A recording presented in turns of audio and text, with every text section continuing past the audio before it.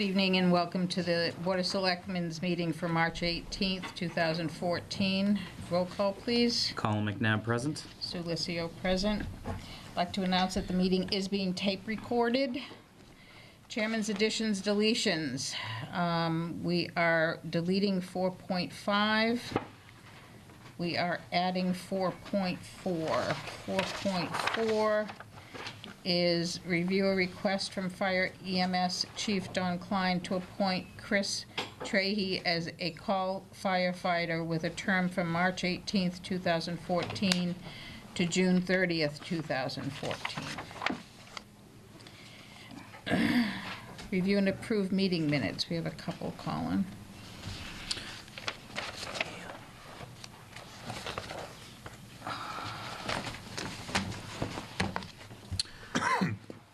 I move that we approve the meeting minutes from February 25th, 2014 and March 11th, 2014.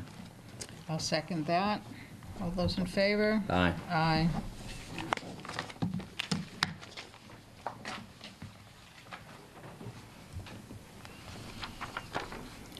Appointments and hearings. 2.1, Sue Funioli, Town Clerk, to announce the #1 dog license winner.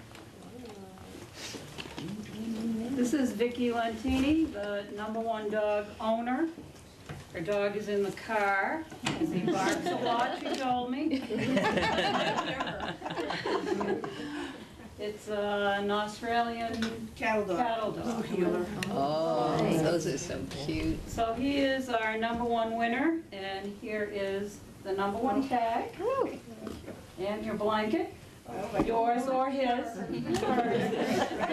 Jaxie is the #1 dog for this year. All right.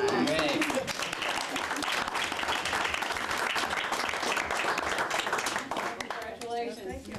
And right now, if you haven't registered your dog, there is a $10 late fee.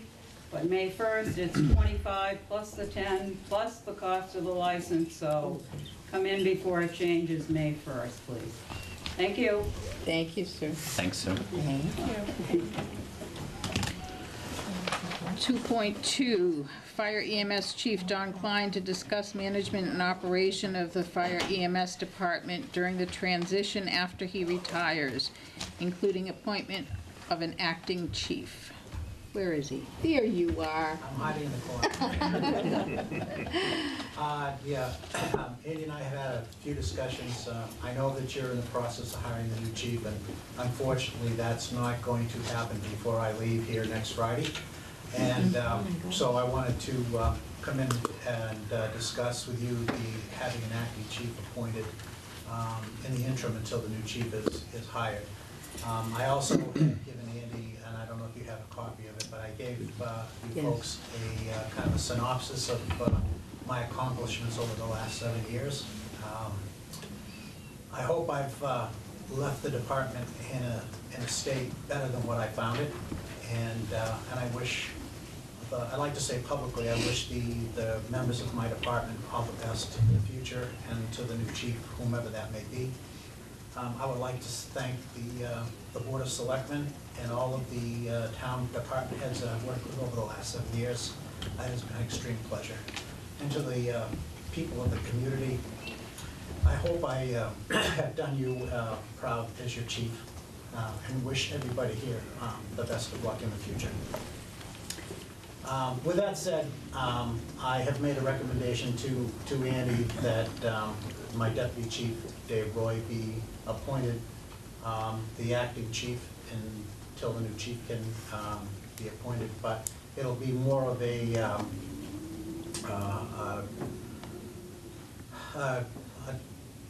having a group of my senior officers kind of share the responsibility, with David being the overall person in charge, Mike running the Captain Mike Grimley running the day-to-day operations, assisted by both David and Mike being assisted by Deputy Chief John Elliott.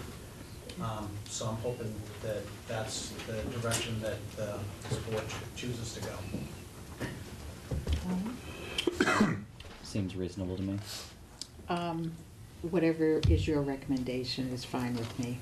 That makes sense. Do we need to vote on that? Yeah, I think we should. I think the board should do that just to formalize it. And I've spoken with both Dave Roy and Mike Grimley in the last few days, and it, you know, it's essentially the structure that the department has in place is, you know, the chief and deputy, in this case, 2 deputy chiefs. So Dave will sort of oversee sort of the big picture of the department, and then Mike will do what Mike does very well on a regular basis, is run the day-to-day operations. So, as the chief said, it's sort of chief by committee, sort of sharing the various components of the job, and I think they will both do an excellent job, as they always do when they're called upon. So Mike's certainly been in this position in the past, and like I said, manages a lot of the day-to-day operations anyway. So I think we'll be in good hands with both of them there.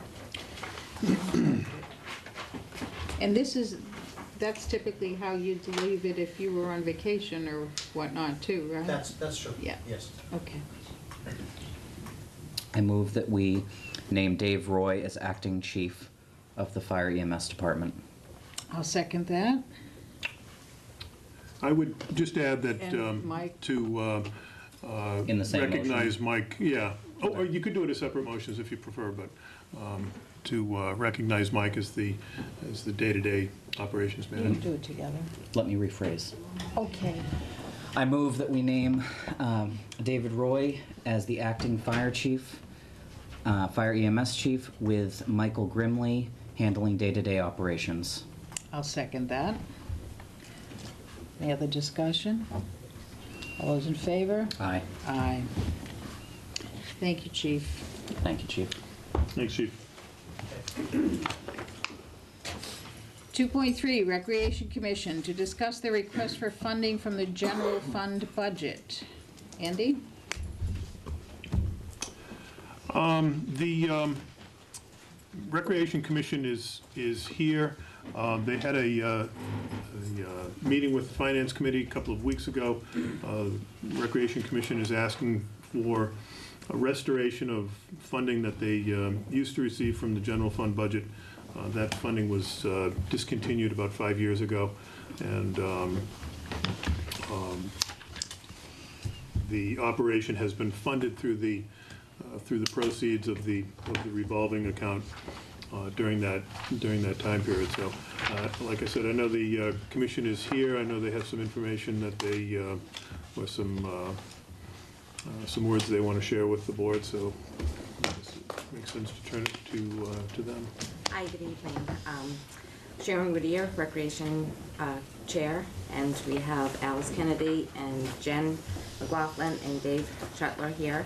About 5 years ago, when the town and everybody was going through some financial difficulties, we were approached by the town and by FinCom to cut our budget. At the meeting, Alice and I attended the meeting with FinCom, and in that meeting, we decided that we could go for about 2 years without any funding from the town, sustain our budget, but that we would get our funding back in 2 years. And that was 5 years ago. We, had, things were going pretty well. We were able to, sustain ourselves. We had hopes of a building and all sorts of dreams and aspirations. And over the past couple of years, and mainly the main reason for that is because of the town forcing us, for lack of a better word, to put our employees, our summer employees, on the matrix.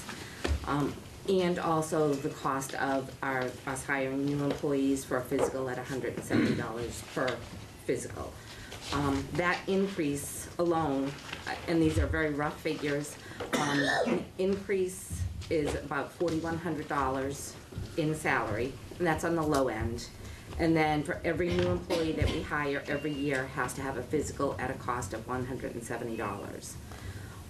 We have talked to Mr. Sheehan, and I think we've even been here talking about the matrix.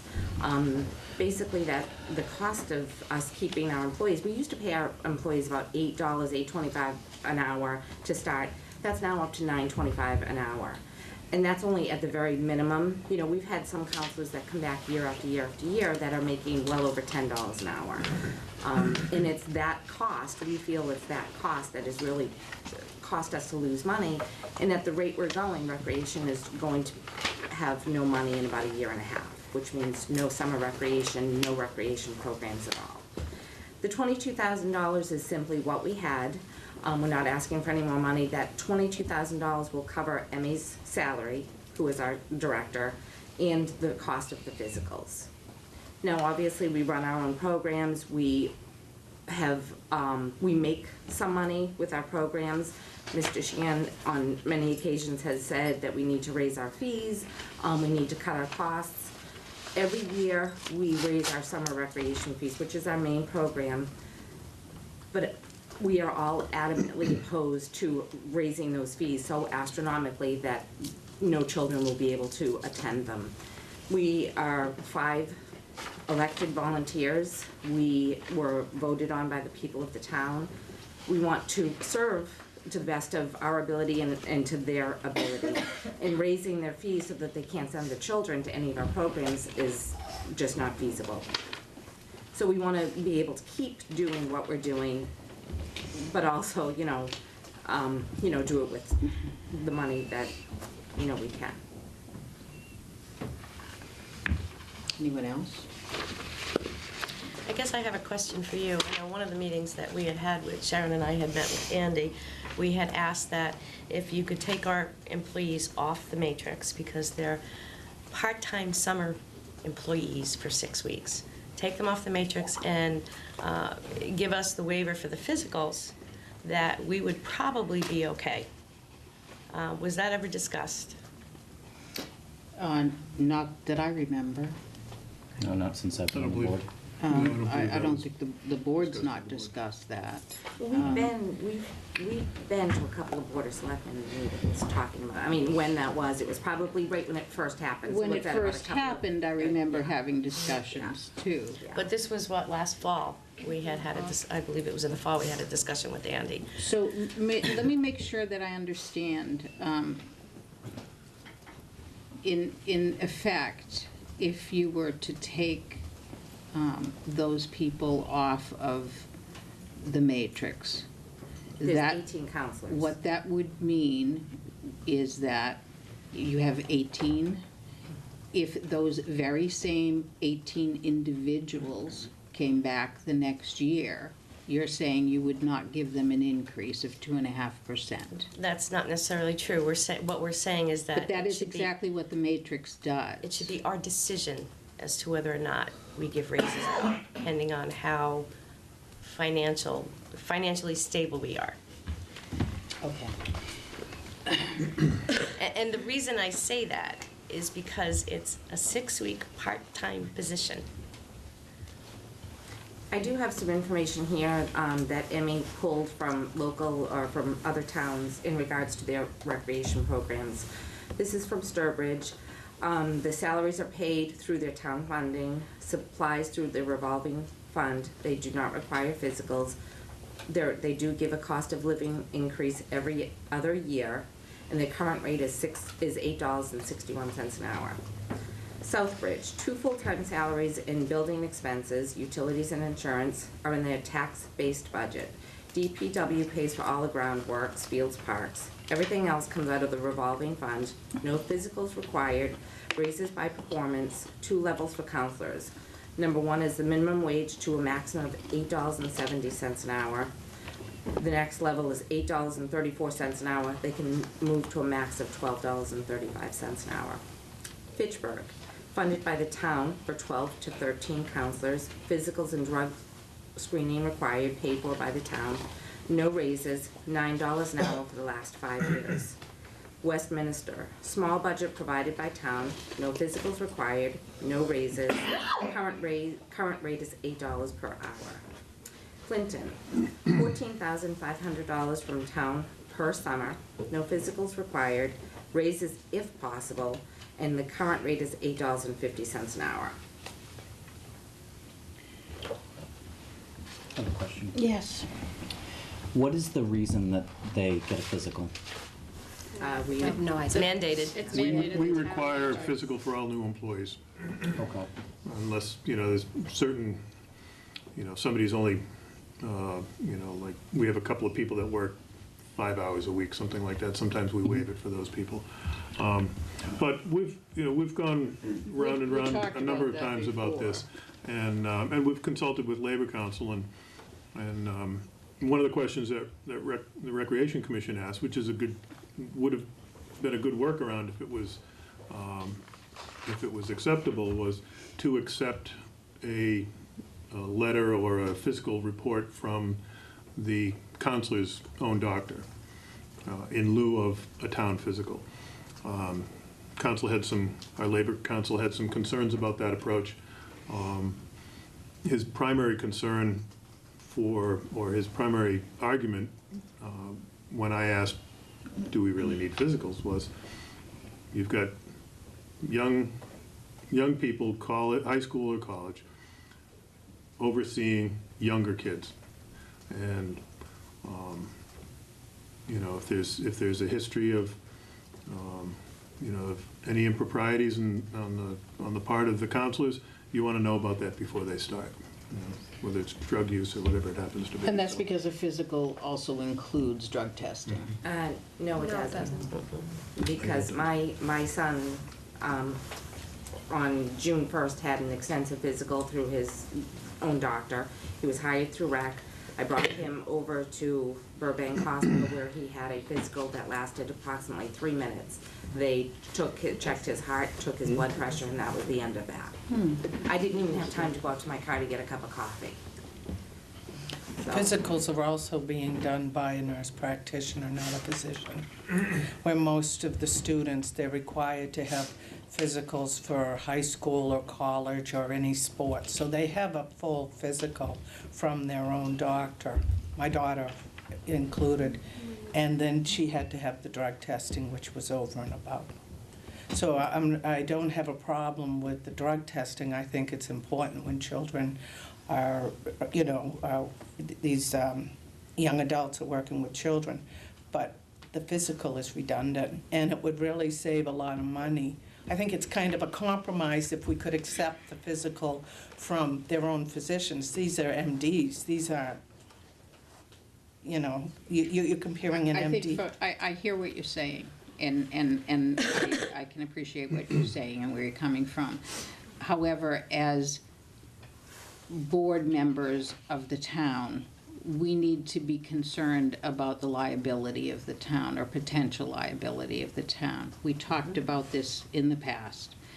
I will not waver from that if our Labor Council is saying that is the best practice for us to follow to make sure that we are protected and that the children are protected ultimately, then I, for one, will not waver on that. It is a requirement.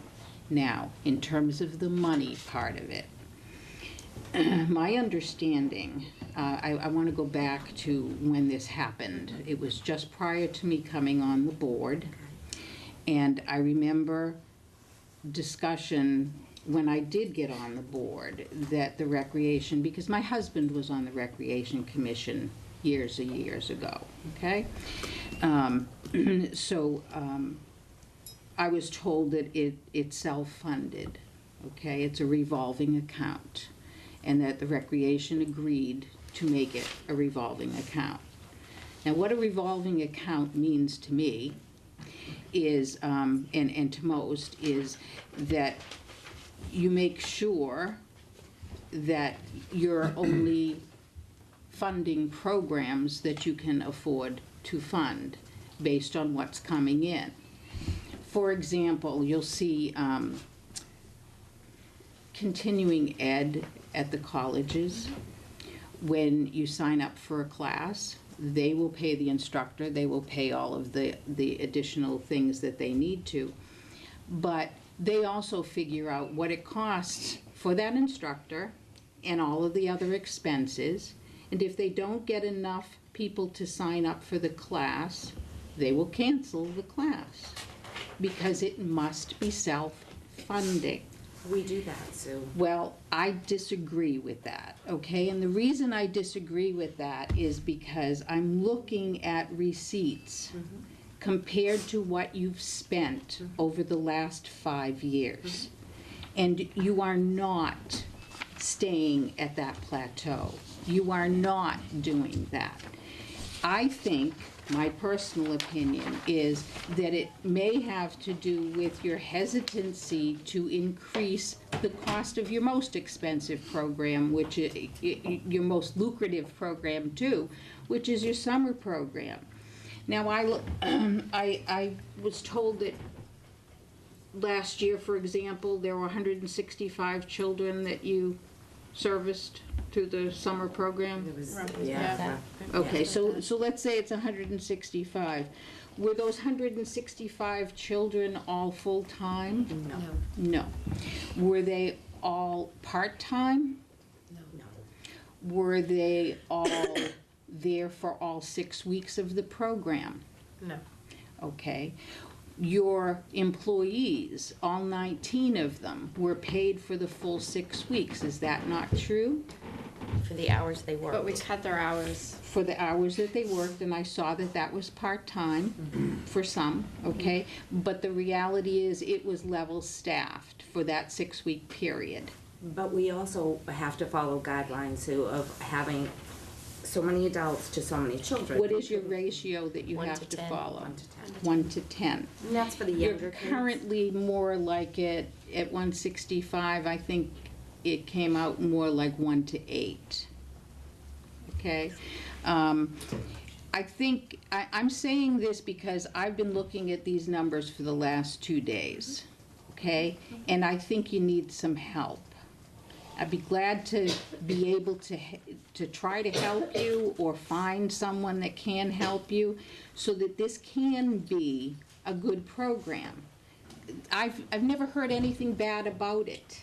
The children love it, the parents love it. Well, let me, I want to ask you a question, though. If the children that are enrolled in the summer program were not enrolled in the summer program, what do you think they'd be doing? Getting into trouble. or other summer programs. Other mean, communities. In another, Right. my question is, is this used by some parents as like a daycare? Oh, sure, it is. Okay, I would suspect that it is. If that's the case, daycare, golly, a while ago, my daughter was looking into it.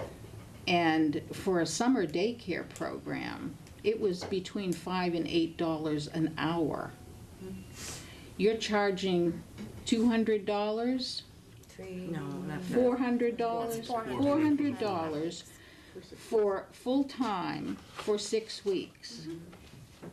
That, I think, came out to $1.37 an hour.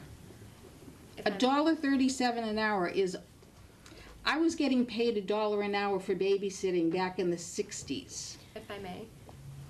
Yes. When we did the rates last year, I did very similarly. I put out the shout out to the organization that I belong to of other recreation directors and said, hey, what does your program include? What's the cost? I went online. I did the cost comparisons. And of course, at that time, we weren't taking into the effect that, yes, there is quite a few of those towns are additionally funded besides themselves.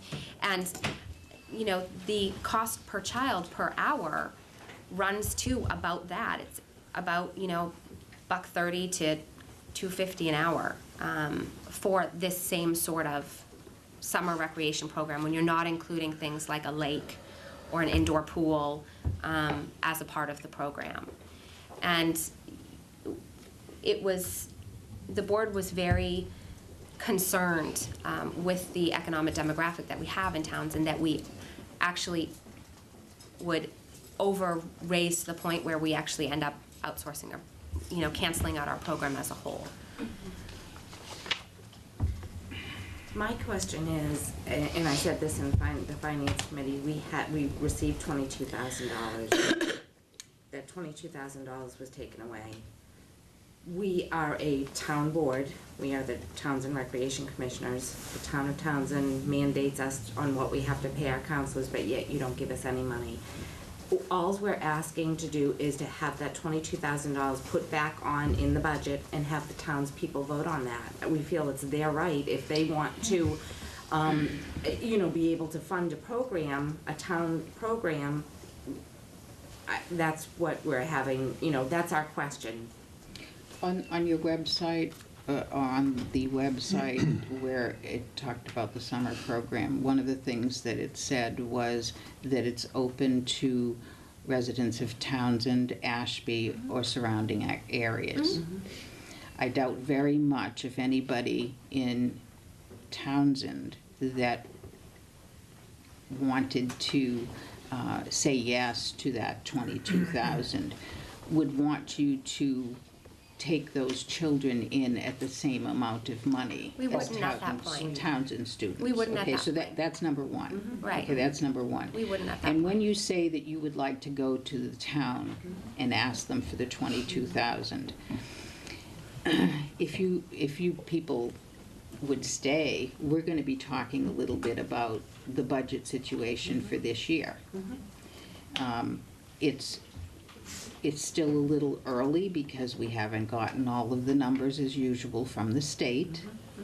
But if things happen the way that they're projected at this point, the 22,000 would probably have to be a 2.5 override.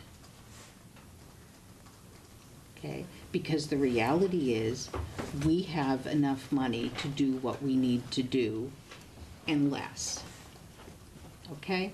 The school budget alone, okay? Now, they only increased it 2%? Correct. 2%. Overall budget was 2%. Overall, okay? But to us, our assessment ends up to be the full amount of the 2.5 that we're allowed to raise for the whole town, for all of the expenses of the town. You have, at this point, about $50,000 in your kitty. You started out 5 years ago with $90,000. Okay, it went from 90, went up to 96, went up to 97, That comes in and goes out. 89, 75, and now we're down. What I would like to see, and I have no problem, you are a town board, if you would like to put that on the town meeting warrant, I have no problem with that. Colin, do you have a problem with that? Okay, if you would like to get up and speak for that. But the recommendation would be, it would have to be an override, because we don't have a budget for recreation. It was an agreed upon self-funding program. And I think you can do it. I really think you can do it, but I think you need to look more carefully at the numbers. Sue, I have a couple questions. And that actually leads into it, the self-funding. So you said it was for 2 years that you were requested to self-fund? That's Okay. And that was with Greg, the It was former with the tenant? finance. fine. It was with the finance Finance. committee. Okay. And, of course, the board members have changed. We didn't, I'll be honest with you, we didn't come back and write very good notes. We haven't been able to really find a lot of notes verifying this, but Alice and I were both at the meeting, and we both didn't dream it, I promise you. But yes, they had told us at the most 2 years. First they said 1 year, and then they said, well, let's, be The fair, FinCom let's did. go. Yes, let's go 2 depending on the years. economy. Right, Yes. depending But on the economy. did the Board of Selectmen have any role in this process, or was it just between No, it Rec and the was just- FinCom? We were at a FinCom meeting. Okay, all right. That answers one of my questions. Didn't we have minutes of some sort? What did the minutes say? Well, the minutes in '09 were not very clear. They didn't, I didn't find anything in the selectmen's files. And I don't think the Recreation Commission minutes were that detailed. I do have a set of minutes selectmen minutes from 06, in which the, it says, discussion concerning fiscal concerns of the town, and inquired to the commissioners, meaning the Recreation Commissioners, whether rec could become a self-funding board. Alice Kennedy replied, informing the board the Recreation Department would like to become self-funding. However, they only have one director with 20 hours available to them.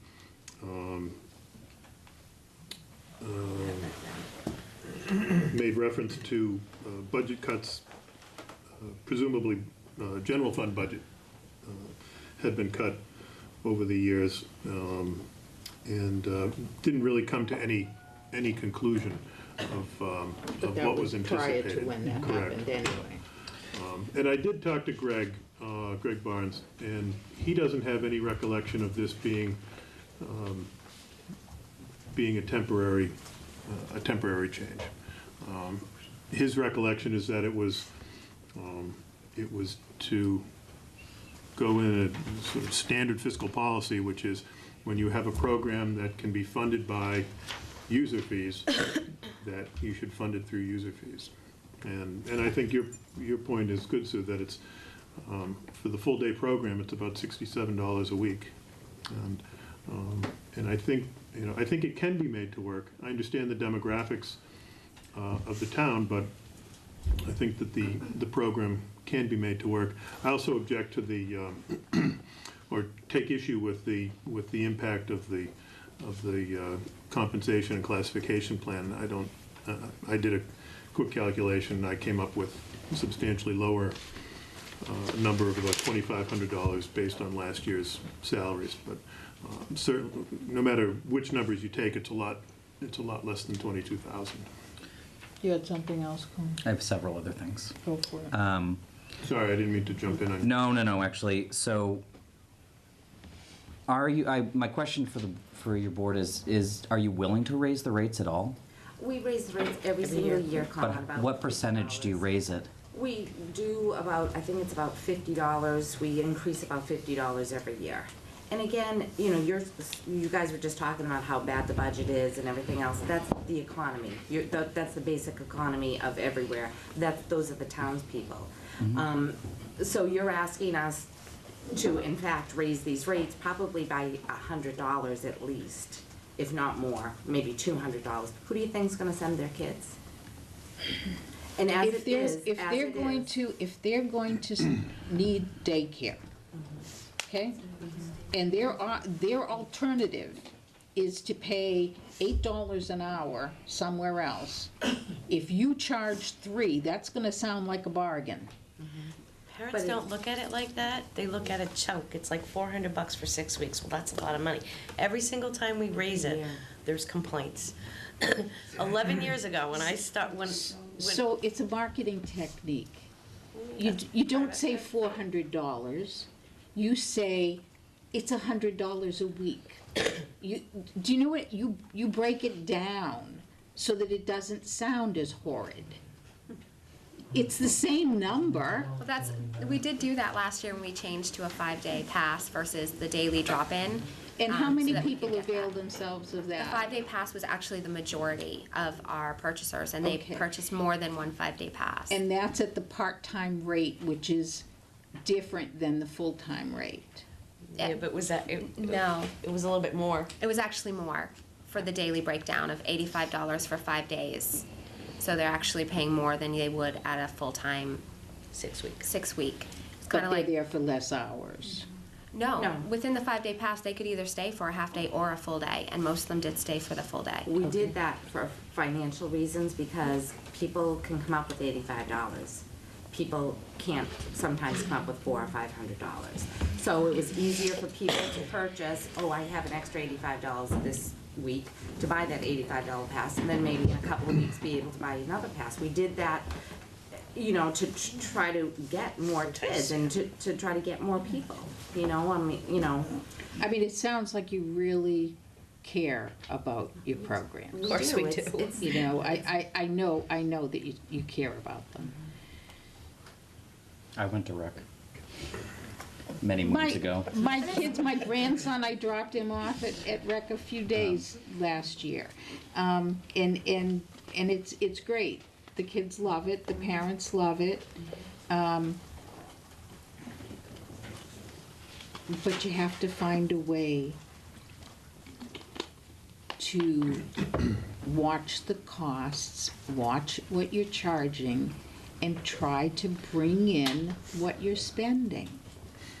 And I don't know all of the answers to that. I just know that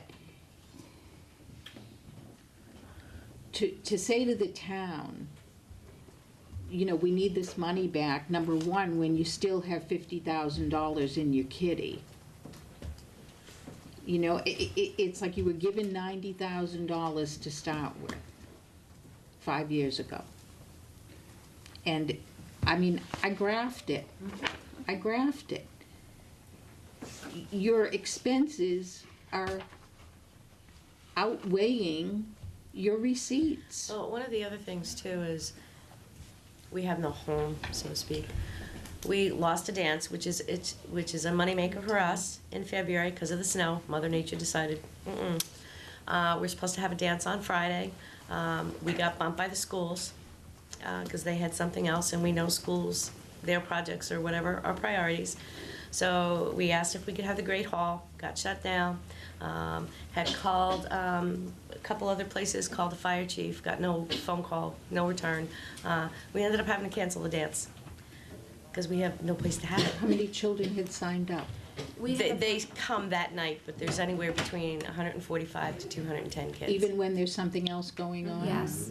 Yeah. It's a huge money It's maker. It's a big moneymaker for us. If I can speak to our resources a little bit, you know, this isn't, it's important to understand that the Townsend Recreation, we don't have a building. I don't have an office here. I use my personal cell phone, my personal laptop. I work off of my kitchen. I use my own office supplies. I use my own car. I don't submit for mileage. The board, they all use their own personal resources. I put in way more than the 15 hours a week that I'm paid to put.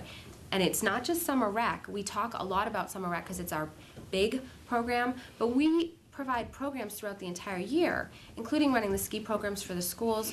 We've been asked to oversee Destination Imagination now as well. We have children's programs, adults programs, and that's all with no resources. We have a storage trailer that is, you know, leaking and home to critters. And like I said, and it's not,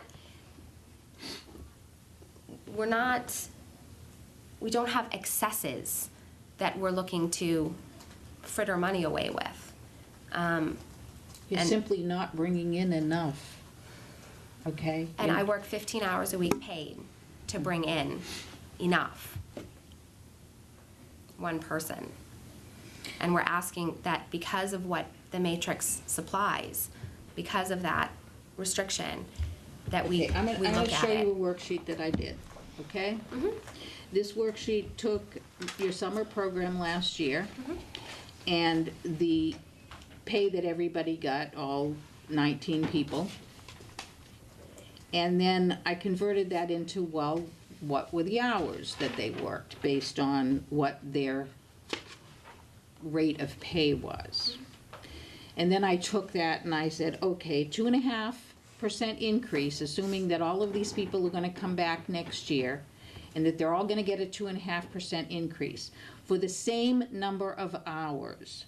That meant a grand total of $786 more in payroll. Okay, not several $1,000s, $786 over last year to give your employees a 2.5% increase according to the matrix. That's 2.5%. And it's only $786. And so I'm listening to this and I'm saying, wait a minute, where's $22,000 coming from? Where is the idea of the matrix is causing us to be so over budget? Because, Sue, 3 years ago, we paid our counselors $8 an hour. Now we're paying them $9.25 an hour, and then the 2% on top of that. So you have to take what we would have paid them, the $8 now, and now add $1.25 to that, and then you increase that. Because you that have not difference. been increasing what you're charging people at the same rate that your expenses are going up. You can't spend more than you make if it's a revolving fund. Every single program that Townsend Recreation provides, we make something. Are we charging hundreds of dollars and making hundreds of dollars? Absolutely not. There's, Ebby, did you say there was one program recently that didn't make any money? And so we've canceled many programs I because we cancel a haven't lot. had I do cancel programs. enough registrations. We put out a class there and we know we need to pay the instructor this. We need X amount of people. If we don't get those people, we don't have the class. So what you just said that we should be doing is what we're doing. We are doing that. With other classes. And I have to say, you know, a shout out to Emmy. She, over the past year and a half that we have had her, she has, and I don't know how many people are on Facebook or connected to her network, she is constantly asking for people to help to volunteer to do this. She's looking for people to donate, you know, things. She thinks outside the box completely. She does not, she's a very frugal person. She does not go to the store and just pick up anything to have something. She makes something out of nothing. I don't know if you had to see. I'm not suggesting there's anything wrong with your programs. Nothing at all.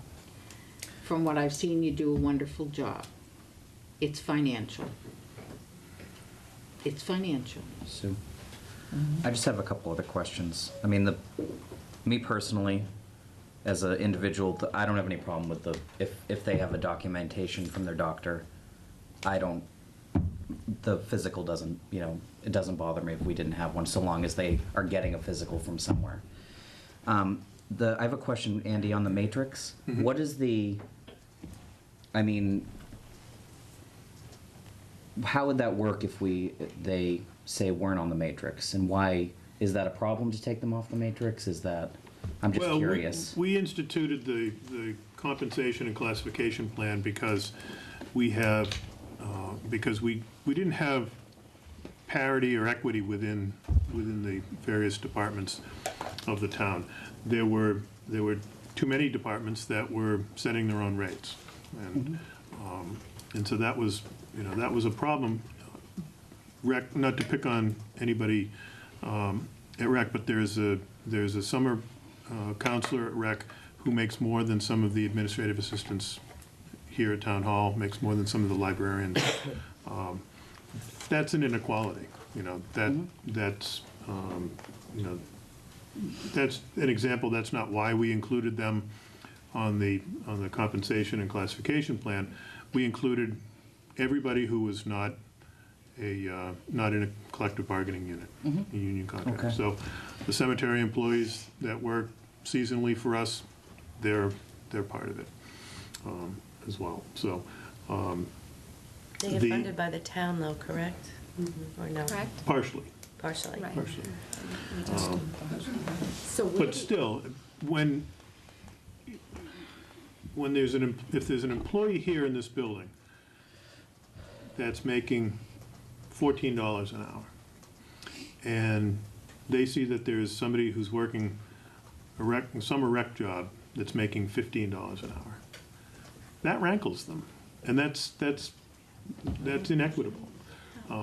When you have a person who's working often in a permanent position, and they see somebody who may or may not have a skill set comparable to theirs, but is making $1 more an hour, maybe more than that, that creates conflict internally, and that's one of the problems that existed when we embarked on the compensation plan, was that we had great wage disparity throughout the organization. Not your fault. It's not Rec's fault. It existed.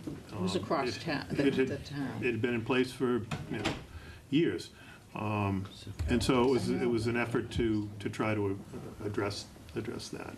So. I have a question.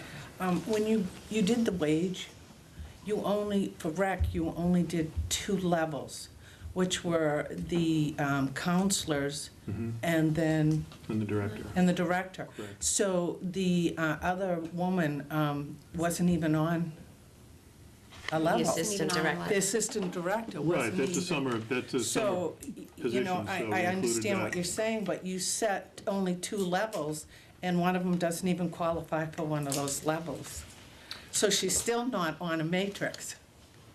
Well, she's So- off the matrix because, Yeah. because her rate is above the highest level, highest step.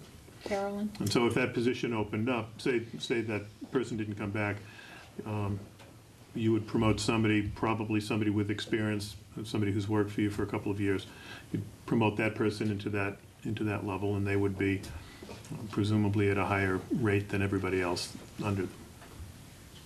But what matrix do they go to? They would go on the seasonal, the S1 rate. So then they would go back to that one. Carolyn, you had a question? Yeah, what the finance committee did, and you're right, we did want them to go towards self-funding ultimately, but we did agree to review it after a few years. Prior to this, what the town did was they funded the director's position, because the director was on the matrix. And that was it. We didn't fund any of the supplies or anything. So we never went back and reviewed to see how anybody was doing. But I thought maybe a way to resolve it, we haven't voted on FinCom, so I'm talking, you know, on my own, is on our budget, it'll have department requested, you know, FinCom recommended, or last year had Selectmen recommended. We let them have the department recommended, and we know what our bottom line is better, and we're working the budget, then we can recommend whether it would have to be an override or anything, because I think that's all they're asking for, is that you have it on the department requested, so you have that opportunity to speak at town meeting. Every other department gets to request what they want. But this is a revolving fund department. Well, we used to And have they've two always, accounts, the director has always been funded prior to 2009. When we were funded, we had the two accounts, the revolving and then the Yes. salary one. There, if you look on your budget sheets, recreation's still there. It's been there the whole time. Is Townsend Recreation the only town board or town entity that doesn't receive funding? No, the water department is supported completely on their You know, fees. they're an enterprise fund. The So when we were just- cemetery is partially funded. we were just talking about the matrix and you know, all of these things. And again, you know, our question is, we're not, we're not getting any, everybody else is getting money to finance those changes, but we're not getting any money to make any of those changes. Well, the water department is also part of the compensation plan. So they're on And that they increase their fees. schedule. And They they're- increase their fees. and they don't receive any funding from the town. In fact, they pay an offset cost to the town. We're delivering the water department's delivering service and billing for it in a much different way, and it's an enterprise fund, so it's much different than what we're asking recreation to do. I'm asking really. recreation to at least break even. Well, That's what a revolving fund is. That's what self-funding means. You've got to look at your programs, you've got to look at the cost of the programs, you've got to look at how it's structured and figure out a way to make it pay for itself. And I really think it can be done. I honestly really think it can be done. But I think it's not something that you can deal with on an emotional level. And at this point, I think you guys are so emotionally invested in the programs and in the kids, which is not a bad thing. It's not a bad thing at all. That it makes it difficult to see the nuts and bolts of the finance part of it. So if you need some help on that, we'll get you some help on it. I have no problem whatsoever bringing this to the town and letting you speak to the town if you really honestly feel that. However, I have to tell you, I will speak against it because I honestly believe that you can be self-funded and that can be successful. So, for instance, just, because it's your biggest moneymaker, the summer program, what, did you already discuss about what you're going to be raising the rate? this We year? have not yet. No. That'll What's- happen in our April meeting. Roughly what you would be, It's hard, you're not gonna be able to know that, because you've gotta look at all of your numbers first. Right, You've gotta but- look at what you're bringing in versus what you're Point- charging, and how many Right. kids you have. We did 400 for full-time. 400 for the It was, full-time. last year it was 400 for full-time, 255 for part-time, and $85 for a 5-day pass. So we would at least go up to 450 is, I mean. and so that's- are you that's- willing to, I'm just throwing this out there, say instead of going to 450, go higher than that, say 475 or 485, and then you'd meet less than 22,000. Please understand that, we're trying to maintain our program, and the only way we can do that is to have children or people attend our programs. So if we raise our fees so astronomically, people aren't going to come. We need to also think about the funding and the business aspect of this, and we know that we have to raise our rates. But we're trying to do that, because what's the sense of raising rates to $700 and then have nobody come? So, like you said, so we have to raise our, well, that's great. It Yeah, we needs can to be sit here and- equitable. Absolutely, It does, we it have needs to be think well about- thought Our out. clientele are this big. And then if you have you know. siblings from the same family, paying And- 2, 3. Right. And you factor those kinds of things in when you do the analysis. And I think what you're not understanding is we do all of that. We'd love to, and I'll let you know when April's meeting comes around, Sue, and we'll invite you, and we'll have some input, you can have some input. How's that? April Okay. 7th, 6:30. Room 1. Be there, be Your square. reminder. Actually, that week might be a problem. We're trying to hire a fire chief, too. I understand because I've been on, the Recreation Commission, but I think we do have to find the fine line. And I understand what you're saying, and I understand what Sharon's saying. But if we don't find that fine line, there's not gonna be any recreation anyway. So if we raise our prices too high, we're not gonna have the people to fund it, we'll fold. If we don't raise them, we're not gonna have the funding, we're gonna fold. So it's really, maybe, getting some expertise would be the answer. And kind of compromise and help everybody out, so that we can run some numbers, see where we can improve, where we can, and as long as we keep an open mind, especially like, on some of the expenses that, that we've been asked to do for a temporary job. It's really just a 6-week temporary job. For summer purposes. Yeah. So there's got to be some flexibility, some compromise, and I think we can keep the program running. Everybody will be happy, the parents, the children, the town, if we're not asking them for money. If we could find some compromise with expertise help, then that would be the road to go. And everybody would be happy. So we'll see what we can do to help. Okay? Colin?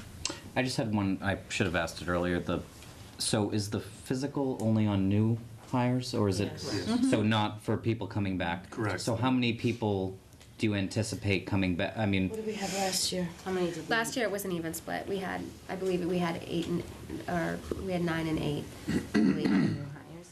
Right. But this year, in the past, it was always promised to staff that if they wanted to come back, they were automatically rehired. We are not doing that. Everybody will apply, and according to the employee evaluations that we did and the conversations and what have you, we'll decide if any of those former employees will be rehired. And obviously, we do interviews, multiple interviews with everybody else that comes through to see if they are a good fit for what we're looking for before we make those hiring decisions. So you just don't really know? I don't know. At this point, I don't know. You know, we may want to rehire a couple of folks from last year that we really fell in love with and did a phenomenal job with the kids, and they may not apply. So I could say, you know, there's quite a few that I'd really love to have back, but they may not necessarily I'm come just back. curious So- how much this is, what the real burden of this So is. last year, we did 9 times 170, so whatever that is what we had to pay in physicals. Just under 13. 17. 10 times 170 would be 1,700. Just under 1,700. So 17, so let's say it's $1,800. And let's say that at the same time, your matrix causes you to go up, which of course wouldn't happen if you had that many new people, okay? Because you'd be starting them at a different level. Let's just say that's another $1,000. We're not talking about 22,000. Okay? That does not add up to 22,000. That's my concern. Okay? So the things that you're saying are issues are on a much smaller scale than $22,000. I think kind of what we're looking at, if my understanding is correct in what all that we're saying, is that all of our programs can actually fund themselves. They just can't fund a director. That's where we're at. Okay. Because the programs can all run, and they're running at the costs. And, you know, we're, again, extremely frugal in what we do. They just can't fund somebody to actually put them together, put them out to the public, do the marketing, have the conversations, attend the Well, meetings, that might be et cetera. another way to slice things So- and dice them up, yep. Yeah. Right, so That's a the better way to put it. $22,000 is actually pay Emmy's salary. Really, we keep going back to summer rec and the matrix and everything, but that money, the $22,000 that we had received was to pay the director's salary. So that's where I make that less piece than So, that, so I wish do that, make I less wish than that somebody had kept better notes 5 years ago. Less of money. Carolyn, you weren't on the finance committee back No, then. Andrea was. She was Okay. actually gonna come in early and go through the minutes, but she's not feeling well. Okay. No, I didn't think you were on FinCom then. Andrea Um, Balkinsemi. There was a gentleman who used to be on the Board of Selectmen, the shorter gentleman. Paul Consemi. Consemi. He Yeah, Paul was the Consemi. one, and I remember vividly I think David saying, Chanel was involved at the time too. "Yeah, in 2 years you'll get your money back." It was, I remember the conversation. One Andy, how quick comment, if I could. I think one thing to keep in mind is, you don't have to solve, I know that you're concerned about the sustainability of the program, but you do have cushion, so you don't have to solve the problem immediately. So, you know, you do have time to, you know, to work with the rates and see what, you know, what the impact of an increase is, whether it's 25 or 50 or 75, or whatever it happens to be, or it's an increase on maybe it's an increase on the day rate, so that the day rate is a little less attractive, but that pushes people towards the week rate, or, you know, buying in bulk. So you have flexibility, you have cushion, so you don't have to, you shouldn't feel like you have to solve it. And, you know, as Sue said, she's willing to help, Kim and I are willing to help, so, you know, we want to make it work, and we see the value of it. We're not, you know, we're not blind to that. And in terms of, I mean, if they decide they want to still go forward with the 22,000 request. Yeah, under the charter, any elected board or official can put an article on the annual town And meeting. that's my question, do we do it as an article that's submitted by the rec commission, or do we? We submitted one. Right, they submitted Okay. one, All so right, so it's that- in the draft warrant. That's the decision then, okay, that's fine then. And actually, there's a benefit to that, because that way it calls it out distinctly, and people have Mm-hmm. I a chance agree. to talk about that Yeah, it specifically. has and its own It's not discussion. rolled into the budget. Is there any chance of the board rethinking or getting the physicals? Maybe saying if town council, if we could use the primary care and then just send the kids for, you know, a drug test if that's what they want? Because I'm assuming it would be quite a bit less expensive. Could we Just to talk do a drug town test. council? I wouldn't be Yeah. opposed to meeting with town council and getting any documentation that we need. How about if you present it to council as That might, the Alice's, alternative? yeah, Alice's Very good idea idea. might work, because his primary concern was the talk screen. And that's understandable when the Yeah. kids are working with You younger can buy an kids. over-the-counter talk screen at a pharmacy Yeah. for Yeah. $15, $20. Yep. I don't think we want to do that. I know, I'm not. Shameless self-promotion. The point I'm trying to Yeah, but make, where's the nearest Walgreens? the point I'm trying to make, that was funny. The point I'm trying to make is that it's gonna be vastly, it's gonna be a great much cost cheaper. savings. But I think if we pose the question that way, And see if that works. Take a school physical, a regular physical, Right. and then go Obviously, do a and then drug need to test. have And a drug something test. from their own Oh, doctor yeah. within the year with everything that they've done and have that. And then we'd really like I'd also want to know if that's, does that open up a can of worms with every employee in town? But these are seasonal summer Yes. high school kids. It's I know. kind of, you know what I mean? Well, it may, We're taking care of my little grandson. That's I know, my kids go too. I mean, four well, children. it may result in sort of unraveling the whole issue of pre-employment physicals. So if you can ask that question as well, okay? Because I don't want to throw the baby away with the bathwater in terms of the town's liability, okay? Right. But we can rephrase the question a little bit more specifically. Okay. Anyone else want to talk on this subject? Okay. So for now, the draft warrant that we'll be talking about, probably in slight detail later on, has this article in there. Okay. Okay. Stay and listen to the budget stuff? Love my folks. Now when I get up at 2:30 in the morning. No, I know. I have to drive to Quincy in the morning. Mine. Thank you very much. Thank you. Thank you for your time, I appreciate it. See you, Cliffs.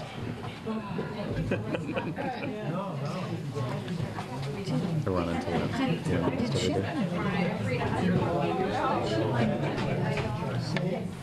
What's next?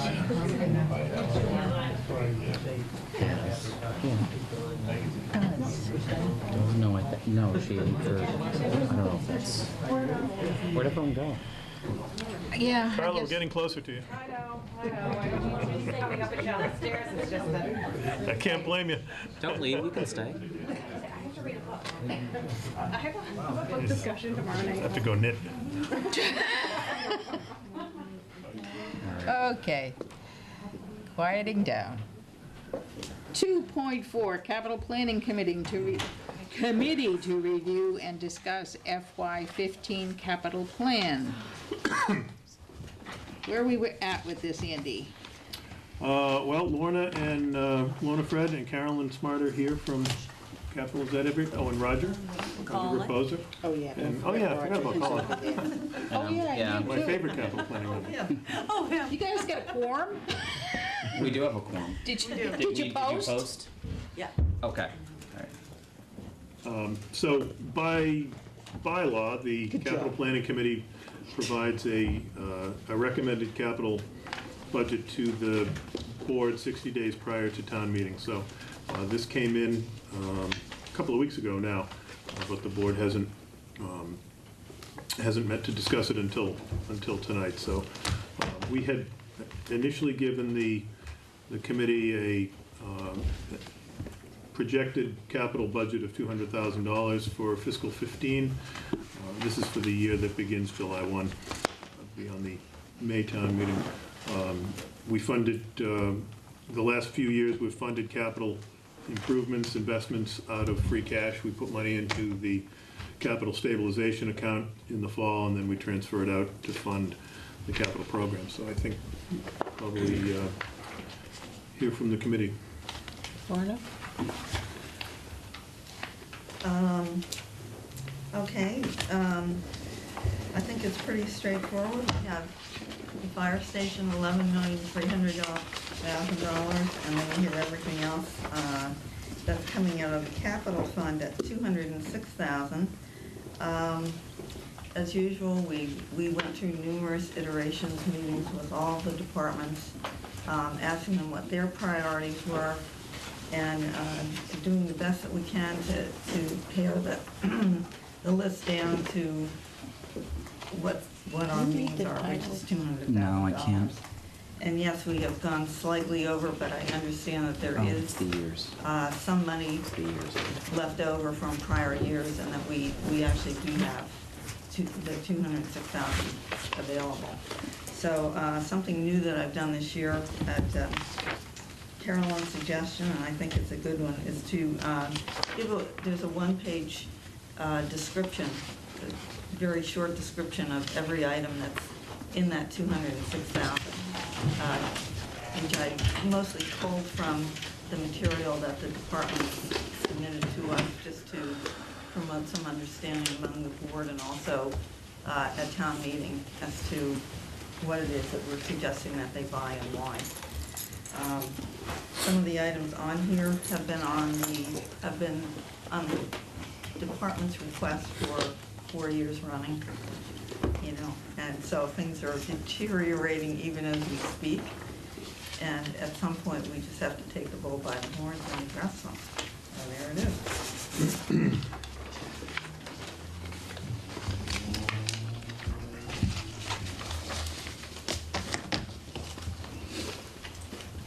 Andy, anything to add?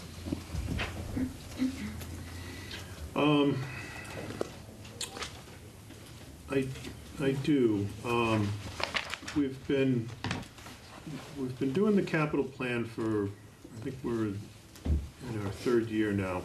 You know, we've talked a lot about the various capital needs, whether it's buildings or equipment, vehicles, roads, infrastructure in general. As we've talked about, we didn't get here overnight. This has been it's been years or decades of underinvesting, and I say that with no blame attached to it. We're not unlike a lot of communities. We don't have a lot of commercial industrial tax base. We don't get as much aid from the state as we'd like to get, and so we don't have a lot of money to play with to put towards capital, and capital is often one of the first things that gets cut when times get tight. Which is why we started the whole Which is why we started the process, and to provide a little bit of structure, because previously it was every department would throw an article on the town meeting, and whoever prevailed was the winner, and everybody else was the runner-up. So the capital planning process is a necessary process. It would be great if we had a couple of $1 million a year. Obviously, we're not in that position. Laura's dream. Hopefully you didn't hear just half that sentence. A couple of $1 million. But just in the last few days, I've been talking with Kim Fales about this, and whether they're, what we can anticipate in future years. And I'm not looking out 5 or 10 years, I'm just looking out a couple of years. We don't see a lot of reason for optimism in terms of state aid or additional growth that's going to bump up our tax base. So one of the things that we're starting to talk about, and it's been talked about occasionally off and on, but borrowing to fund some of these capital projects. And so I'd like to, I think I don't really have any quarrel with what the committee has put forth. I'd like to take a little bit of time. We've got 7 weeks till town meeting. Take some time to go and sit down and see what would make sense to bundle together. To take the things that are on the fiscal 15 plan, maybe take some of the things, all of them, some, not all of them, that are on the fiscal, that are on year 2, fiscal 16. See if we can bundle some of them together, do a borrowing to fund, maybe instead of 200,000, or it's actually more than that, 385,000. But instead of 385, when you factor in all the other revenue sources, maybe we can do $600,000 or $800,000. Push a lot of those projects right to the front burner. There's been a lot of talk, I know that Colin and Roger have talked a lot at the committee meetings about sweeping some of these smaller projects off. Fund them, get them out of the way, move on. Let's. You don't want to see them again, huh? Focus on the big nuts. I mean, So this is a way to potentially do that. Borrowing is cheap right now. When the schools have gone out recently, they've been borrowing at a couple of %. So it's almost. And It's we almost would free pay money. for that? And we would pay for that in the same way that we pay our capital investments now, instead of putting money in or setting money aside for capital outlays, we would set it aside for debt service to fund the capital. So we may still end up So putting it instead into of saying, Warner, you have 200,000 again, and again, and again, it would be, we've already spent it by borrowing, Correct. and Yep. would be taking that money and, Right, so we'd Instead probably paying still the set the bill money with it. aside into stabilization or capital stabilization. Depending on what the debt service is, that'll vary on the rate and the amount that we borrow and the term. Maybe the debt service would be the same as we've been paying anyways. Maybe it would be 200,000. Maybe it would be less than that, and we'd still have some money to play with. so when would you have those numbers figured out? Kim and I will work on that in the next couple of weeks. I think it'll take us a little time to work through it. I mean, because I can see us wanting to look at a few different scenarios, maybe, Mhm. in terms of especially how long do you want to pay for it? Right. Yeah, and you don't want to drag it out unnecessarily. No. It's like you don't want to buy a car with a 10-year loan. Yeah. If we don't need to borrow for 8 years, and we won't borrow for 8 years, maybe we can do it in 4 or 5. So it's something that we just started talking about seriously in the last week or so. So it'll take us a little time to work through it, but I think it holds some promise for us. And it's a fairly common approach to funding capital investments to borrow. And there's a number of debt mechanisms out there that we can use, some of which are quite inexpensive, and it's quite a simple process. So if that's potentially of interest to the board, we can look into that and talk about that at a future meeting. Carol? We actually talked about that some last year. Andy was there wrapping a bunch of stuff and borrowing money, which is fine, but we kind of want to do a strategic plan for that because we have some big ticket items in a couple of years. We want to keep, I think the sweeper was one, that was really, really expensive, and that's a necessity. So we really want to gear, if we're going to do a borrowing, kind of lump the smaller projects could be funded through regular means, either through capital stabilization, I should throw money in there, or budgetary, but it's really the big ticket items that we have coming up that's kind of scary. We need that money for borrowings. And certainly something like the fire station, if that gets approved, that's in a category by itself. That will be that would be a debt exclusion project. So that would not necessarily factor into the conversation. But yeah, the sweeper. I think that's 180,000 or something like that. Those are those are things that merit a long look to make sure that we're How structuring it many right. brooms can you buy for that? But then you have to pay them That's 20 right. bucks an hour. Well, no, I'm thinking, give every household a broom, and they get to sweep out in front of their, It's like Rocky and Bullwinkle with Yeah. the fractured fairy tales or whatever it was. you know? So, I mean, do Awful you lot have, of money. sorry, do you have a number in mind? I'm just thinking like that, when I first came on board, we looked at a bunch of different communities, including Arlington, where I used to live, and that's sort of my role model of a capital planning process on a committee that works really well. And I think they usually spend about 5.25% to 6% of their budget goes into their capital stabilization plan. Mm-hmm. And you know, I know it, when I first came on, I did a 10-year summary of what the town had spent, and we're about there, you know. Yeah, we're not far off. We're not, so, you know, it would be a substantial amount of money, but it would take care of a lot of nagging issues that. Yeah. Colin? I like it.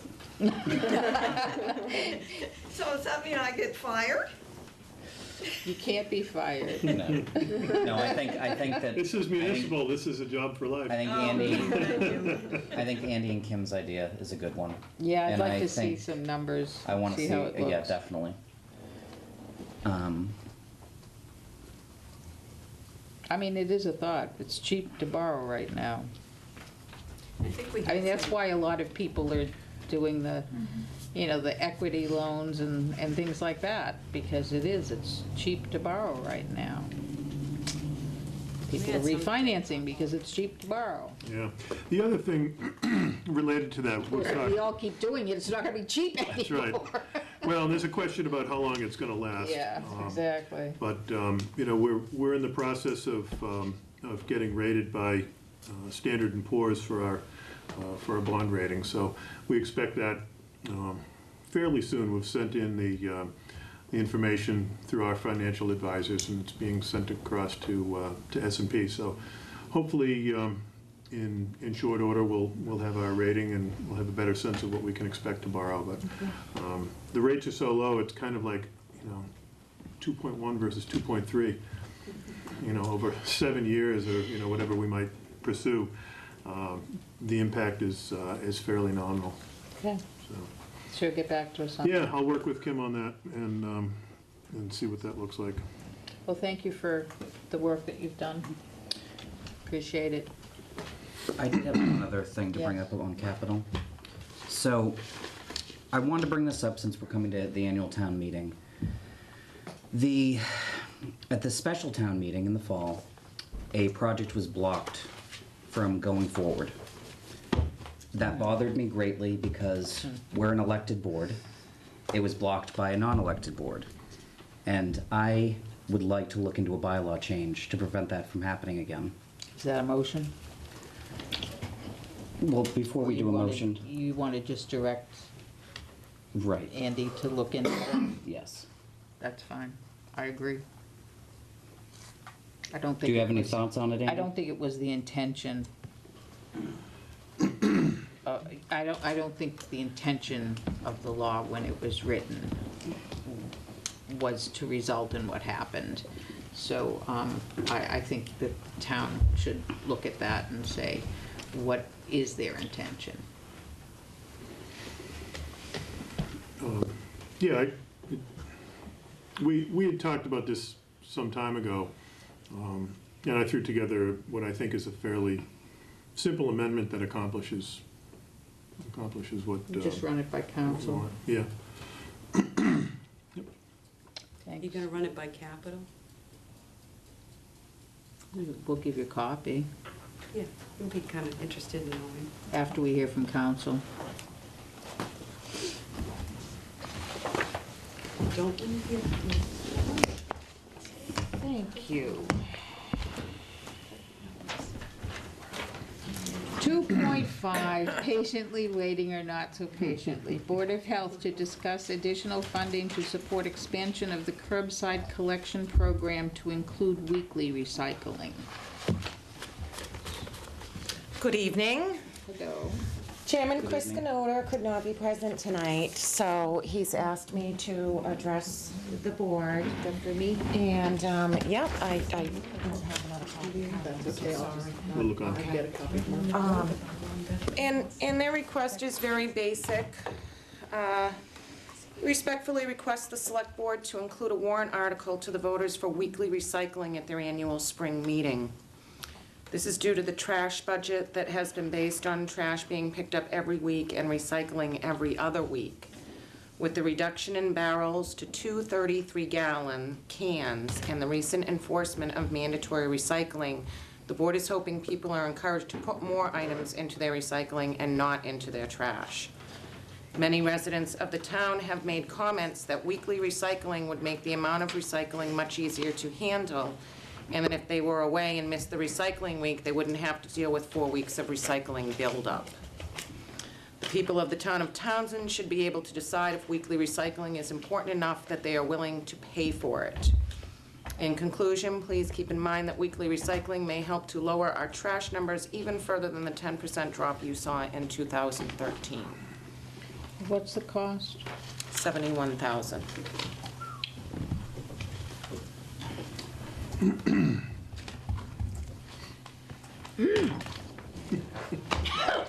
Turn it into an expensive night. The only way that we would be able to fund this would be through an override. We don't have the flexibility right now, and I don't expect that we will within this budget to fund another 71? 71. I know, because I wrote it down in pink. Pink. Do you want a highlighter? That's okay. It's standing out. So the only way that I can see that we would be able to fund this for fiscal 15 would be through an override, which the board hasn't talked about yet, and I think it's the next item on the agenda is the approval of the special election warrant, and that's where the override would appear. So it becomes a little bit challenging to include this at this point. Could I make a comment? Sure. The reason the board has been looking at this is because when we started the recycling program way back with BFI, it was all thrown into the same truck initially, and we were exercising the recycling center on a much larger scenario, so that people that had junk lawnmowers, whatever type of straps in the backyard, had the availability to go to the recycling center and discard that property, opposed to putting it in the woods and the rivers or whatever. Now, the way the recycling program has been working for us, we're finding it very successful. And we've been approached, I've been approached, Chris has been approached by different townspeople as to why we're not doing this on a weekly basis. $71,000. But now, we can offset that's a tentative number, that's not etched in stone bottom line. That's what we're starting with, is something to give you people to look at. Now, the theory behind this is not to come in and say, we gotta have $71,000 to put this additional truck on the added 26 weeks of the year so that we get the full 52. The intent is to find out what the taxpayers are willing to do to look at this. Now, these numbers could change. I'm gonna say something that people wanna hear, but Devon's doesn't work. We pull out of Devon's. I disagree. Oh, I'm just making a comment, I can do that. Everybody's got the right to do this stuff.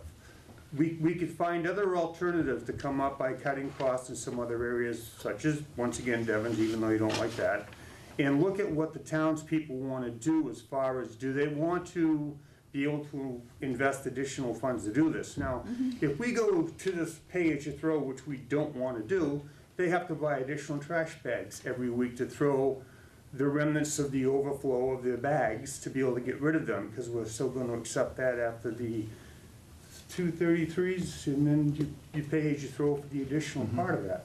And hopefully with the recycling, the way it's going, the people that when you don't recycle weekly, the stuff that should be recycled weekly is going into the trash.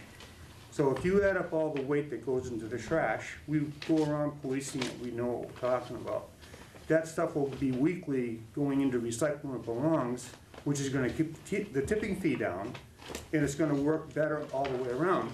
And if you take the longevity of the contract, and if we're gonna save another 10% on the tipping fees, that's gonna help offset the cost of this additional truck also. Yeah, I understand why you're doing that. It's to try to incent people Right. to. We're not approaching the board at this time to say we wanna see this 71,000. This is just the number that's there.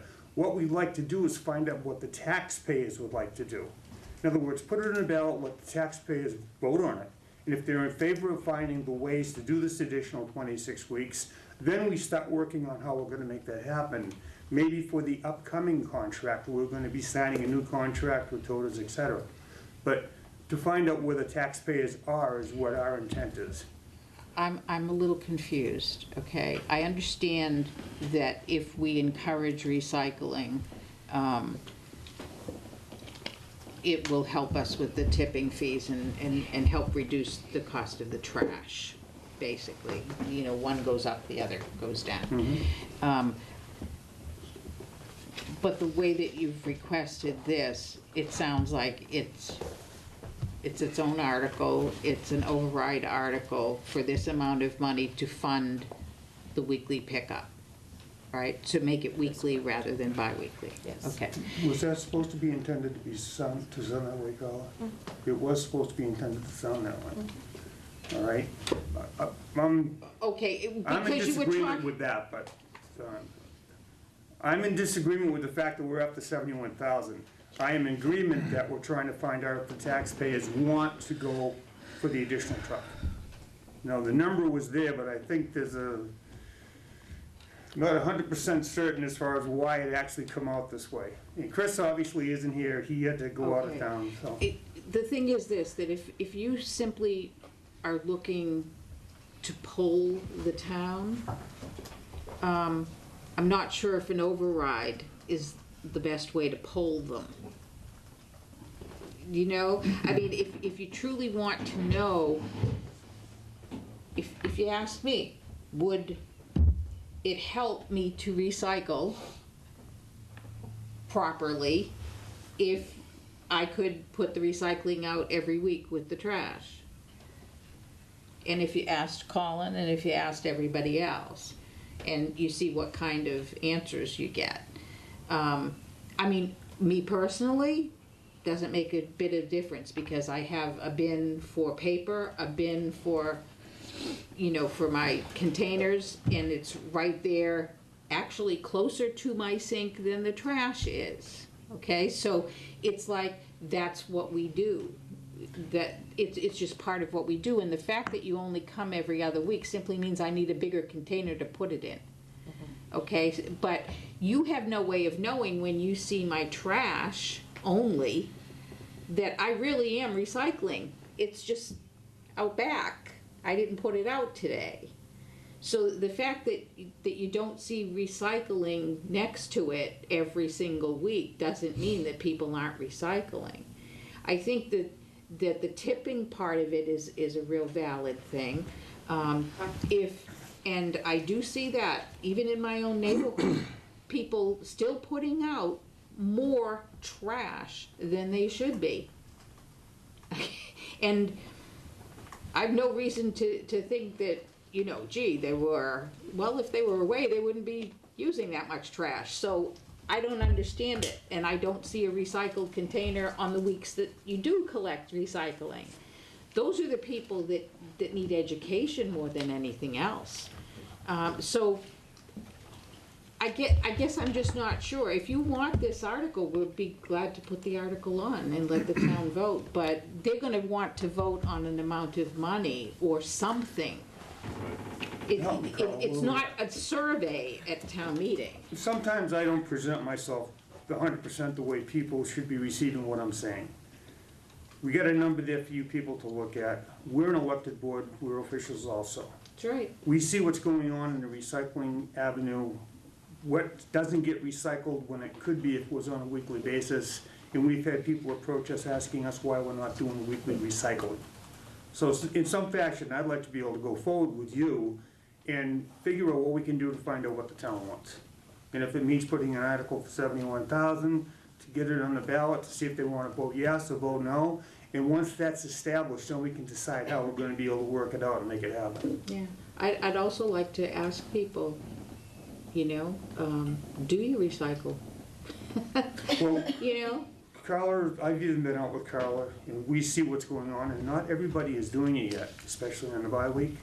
And we got a lot of stuff that could be recycled weekly that would not be going, and we wouldn't be paying tipping fees on it. And when we look at the summer months, where you're gonna get stuff that's gonna start to stink, the people, if they can get rid of it on a weekly basis, recycling, are gonna be more apt to do My that. recycling doesn't smell. But I you're rinse one too, everything you're one. out. We got a whole town, we got families, but our children should be educated in recycling. we're going through all the cost of the school, these kids should know that they It's gotta true, recycle. I'd love to see that, I'd love to see that kind of, a program in the schools where, we go and visit the schools, or you guys go and visit the schools and actually work with the kids. It's part of the real world right now. They can help police We have to their, recycle, and to make their it houses. convenient, There is another alternative to fund, if you're trying to poll somebody, you have a town election coming up, you can do a non-binding referendum on the town election to see what the people wanna do. You can put it on there as, do you wanna go to weekly recycling pickup? And that's a way to. And would it poll make the a public. difference in your recycling habits? Right. And that way you don't put it on as a funding request to the town, because this is a funding request, is what that is. Mm-hmm. That's not So- asking, that's not a polling question. What do you think of that? I completely understand. I don't believe that anyone can make that decision without the chairman of the Board of Health Oh, sure, here. no, So I'm just saying, what do you think? I understand. I think that's a great idea. I'm hesitant to say whether or not he would agree with it. It was very, very important that he have the voters decide. He wanted it to go to the voters. We've only signed into a contract for another year. So we're gonna be all renegotiating everything this time next year. Would it be helpful to have a poll? My personal opinion, I absolutely agree. But I'm not a voting member of the Board of Health. I'm only here representing the chairman. And I'm not able to reach him right now. we gotta do He's out of something. state. It's a changing world that's going to recycling, and I've got a very good instinct about the people who are going to be wanting to do the weekly recycling, including myself. And I'm not a recycler, but I started doing it. Faithful, it's always out there. And to see it become more convenient, I know we're gonna drop our tipping fees. We're gonna have a lot more stuff going into the recycling that should be in the recycling on the off weeks. And I think it's gonna be a better program all around. And in the long run, I don't think it's gonna cost that amount of money. What do you think, Andy? Well, we're a little bit we're in a time crunch because the board has to provide notice to the town clerk 35 days before the election. We're at something like 42 or 45 right now.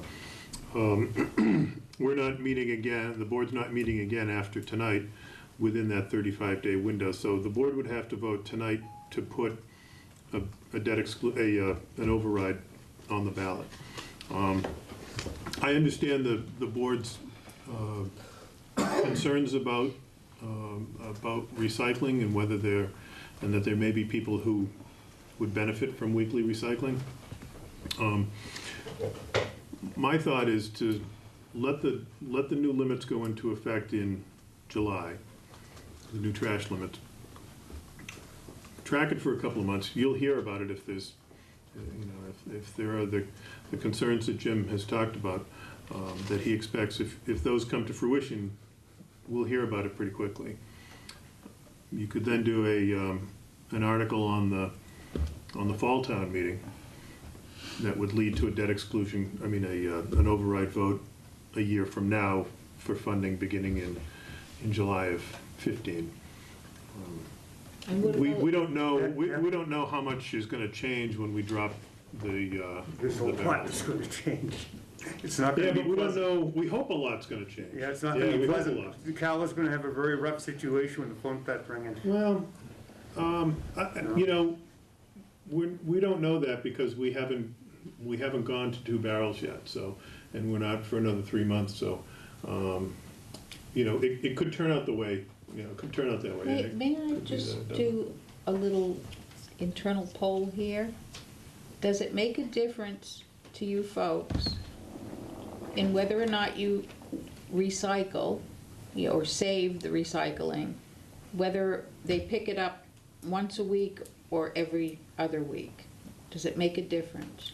I would say no. I would say our family behavior would not change. We That's how I recycle feel. religiously. Now, my poor husband, he might disagree because he's the one who lugs the things down our long driveway down to the end, so weekly might not be as favorably looked upon by him. To me, it makes no difference, and that would be the only factor.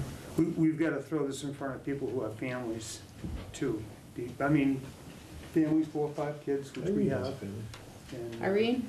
I'm the recycling coordinator, so chair of the recycling committee. We recycle and compost everything. So, but I have been in houses where they do need the space, and if there are containers, I'm giving another lady another container so that she can recycle more. And to store that, even to store that another week, she's going to put a lot of stuff in the trash just because of space issues. It's just depending on the family situation and when you have a lot of kids and things. I would make a recommendation, though, not as the committee, because we already voted, but not on this topic, that maybe the things are going to change with the next contract. Like, we're in this, we're just going to do 2 bags, then we're going out for a whole nother contract, and that's with containers, and that could be a whole different type of program, and hopefully we're going to apply for the grant again to get recycling carts as well.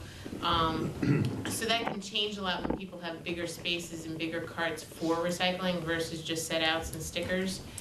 So what I'd make a recommendation is that we put together a survey, and that with the census next year goes out in December, for January we have in the census would be various questions like what size carts people would be able to live in, and would weekly be beneficial for your house? Do you have a setup about composting? And some particular questions that we can include in that survey to get a poll somewhere. And I have found in other communities, by putting it in the census, has almost gotten 50% participation in a survey versus I've had other communities that have done planning commission surveys, they get 5% of the population.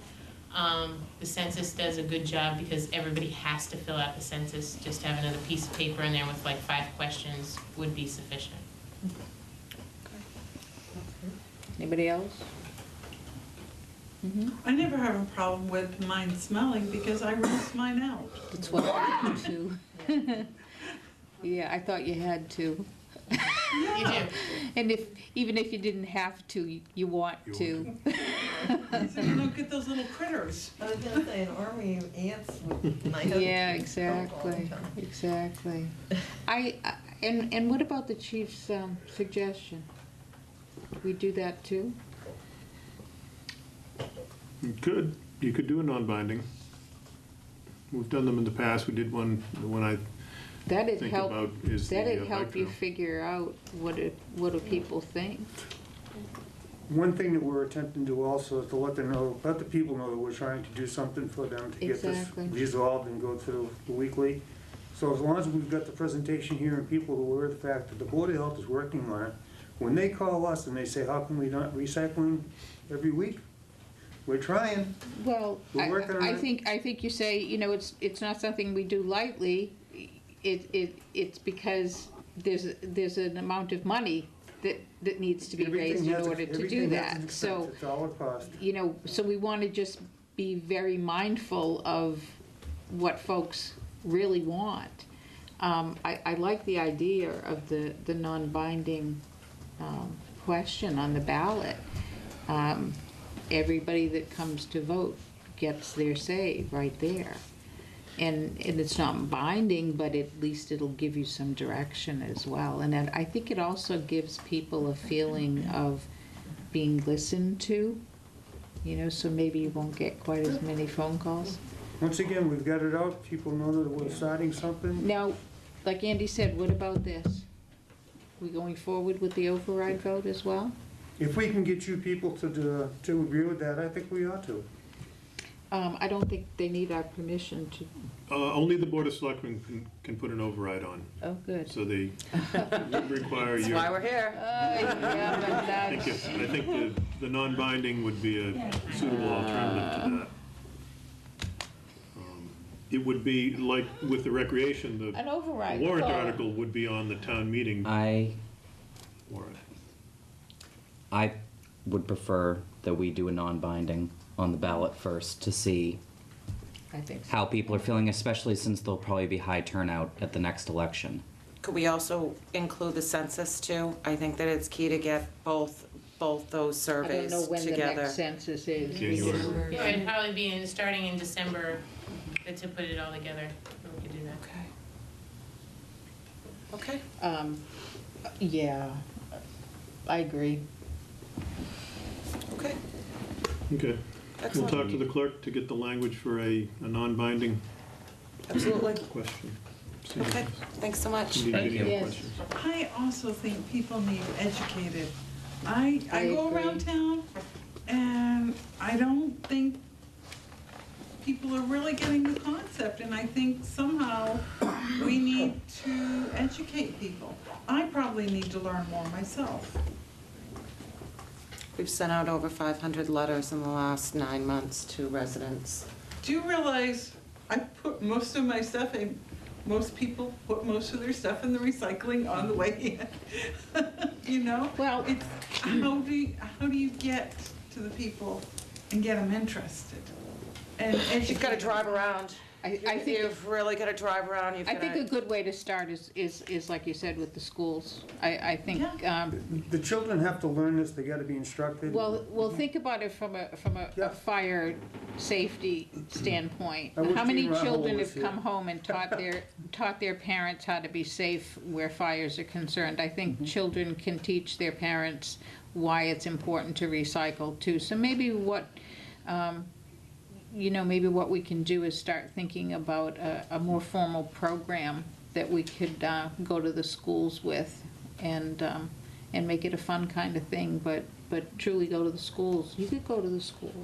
I could. Yeah. Dress up like Santa Claus or something? Well, or the recycling man, you know? I wouldn't have a problem doing that. Get a green Have some, A Could be green like suit. Oscar in a trash can. in the trash can.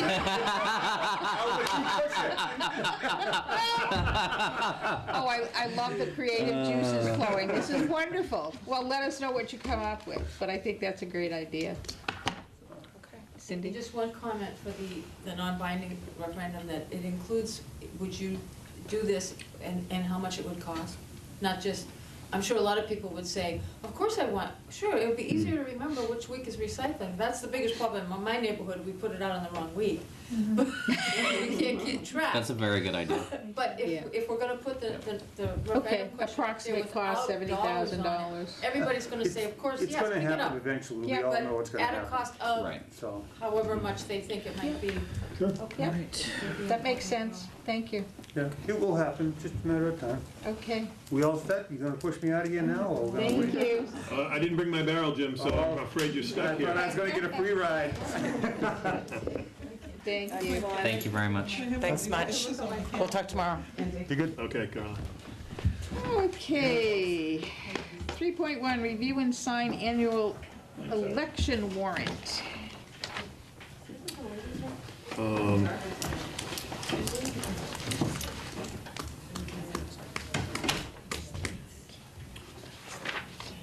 So you'll have to make your motion to include the inclusion of a non-binding Non-binding referendum referendum. question. Okay. You ready for a motion? I make a motion that we sign the annual election warrant, which will include a non-binding question regarding weekly recycling. Okay. I think so, based on the conversation that we just had. Okay. Second. All those in favor? Aye. Aye. Done. 3.2, review and assign acceptance of deed for Whitmer parcel at 355 Main Street. So the town meeting last year voted to Can I accept do this in pink? Well, might as well keep going. the Whitmer Estate offered this parcel of land to the Conservation Commission. Conservation Commission is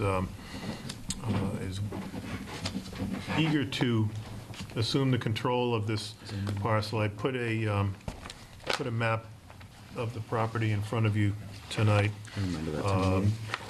It's down on Main Street across from Tumbers, thank you. Yes. And the parcel that the town is getting, and this is a donation, there's no cost to the town. It is Lot 3 shown on the plan. It wraps around the back of the property. And so it will create, the Conservation Commission is looking to this property to create or extend a green belt that ties into the wildlife management area along the Squanicook River. So We had talked about this before. we did, yeah. Okay, Yeah, so we this is did. just the formal. This is make just it happen? this is just the formal approval. The Conservation Commission voted to accept the deed the other night, and all this requires now is the Board of Selectmen's approval. Okay. I move that we sign the acceptance of deed for Whitmer parcel at 355 Main Street. Second. All those in favor? Aye. Aye.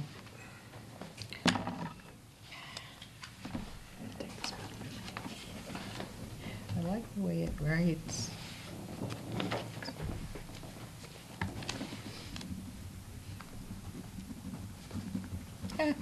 Speaking of trash, 3.3, review and sign one-year curbside collection contract with G.W. Shaw and Son. The Board of Health and myself and Tessa David from Mass Toss have been meeting with Glenn Shaw over the last several months to hammer out a one-year contract extension to the current curbside program, current curbside contract. We thought that after looking at the market and hearing from Shaw's, we thought that it was in the town's interest to enter into an extension rather than a one-year extension rather than go out to bid again this year. The plan is to go out to bid next year for a 3-year contract, 3 years or longer. Trash collection is one of the procurements that is not covered by the Uniform Procurement Act. So you're not required to ever go out to bid. It is a good idea to do so from time to time to make sure that your contract is in the market. So we decided that it made sense to do a 1 year, and that's what is in front of you now. We expect that the contract will be roughly, the cost will be roughly the same as it was this year. We're hopeful that there'll be some savings because there is a further reduction on the amount of trash that people can put out. You're currently able to put out 3 barrels or bags of 33 gallons. That will be reduced on July 1 to 2 bags or 2 barrels of 33 gallons. We expect that to result in a noticeable drop-off in the tonnage that we have to pay to dispose of. So that's a good thing. The tonnage cost is also going to drop from, I believe it's $77.25 now.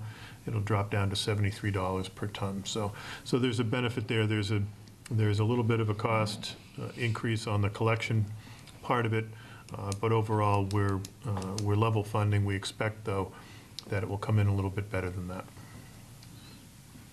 Colin, questions? Nope. I reviewed with Andy the contract. But it does need a vote.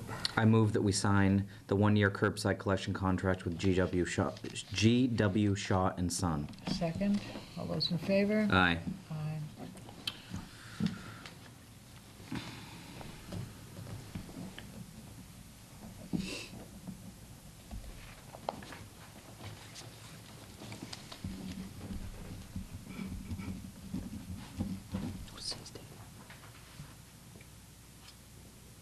'After St. Patty's Oh, Day. yeah. Good Lord. I know, my people will be ashamed of me.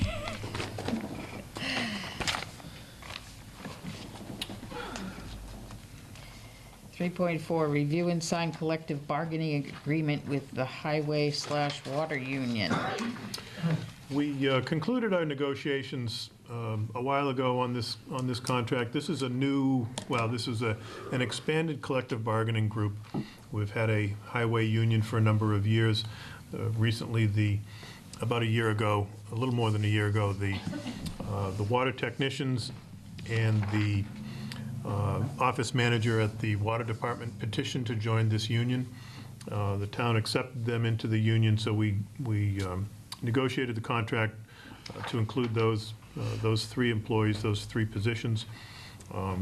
We essentially had this done a couple of months ago. There was a little bit of fine-tuning of some language. There's some things that, primarily as a result of of adding those employees, that some of the language the original language was tilted towards the highway department. So we just needed to do a little massaging of that language, but we are in a position now where it is ready for signature. The union has already signed. I move that we sign the collective bargaining agreement with Highway/Water Union. Second. All those in favor? Aye. Aye.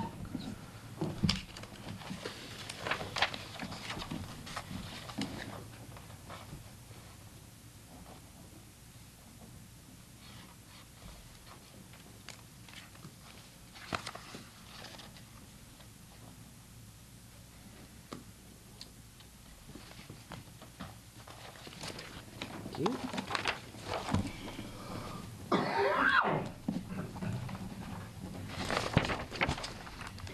Oh, it goes on and on. It's all quick stuff, we hope. Famous last words. Yep. Do we need a discussion on the one day? I don't think so. 3.5, review and approve one-day special liquor license for Terry Roy. I'll let you read the motion. I make a motion that we approve the one-day special liquor license for Terry Roy, Townsend VFW Post 6538 for a Jack and Jill shower on April 5th, 2014 from 7 to 11 p.m. Second. Any discussion? Nope. All those in favor? Aye. Aye.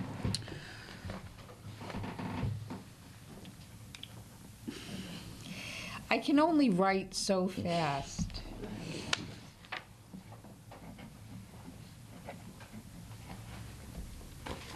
You didn't say to sign it out of session, so. 3.6, review and approve one-day special liquor license for Terry Roy for a wedding reception. I make a motion that we approve a one-day special liquor license for Terry Roy, Townsend VFW Post 6538 for a wedding reception on May 17, 2014 from 6 to 10 p.m. Second. Any discussion? Nope. All those in favor? Aye. Aye.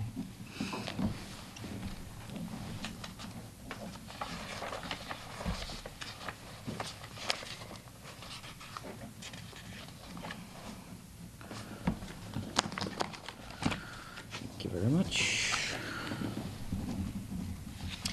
3.7, review request from the Cemetery and Parks Commission for a letter of support to apply for a grant to restore the Bernie Blood Monument. Yeah, you gave us some backup on that. Yes. And Roger's here too. Roger, this is Mass Historic, right? Right. Okay. And we're coming up on the 150th anniversary of the end of the Civil War. So there is some grant money that's been made available, and Roger has identified the Blood Memorial as needing some rehab and cleaning up, and he's going to put in a grant and would certainly benefit from a letter of support from the board. Okay. I make a motion that we submit a letter of support to apply for a grant to restore the Bernie Blood Monument. Second. All those in favor? Aye. Welcome. 3.8, review request from the Dartmouth Board of Selectmen to send a letter of support to the legislature to expand the small business tax exemption. Discussion? Yeah, the board had seen the initial letter from the Dartmouth Board of Selectmen.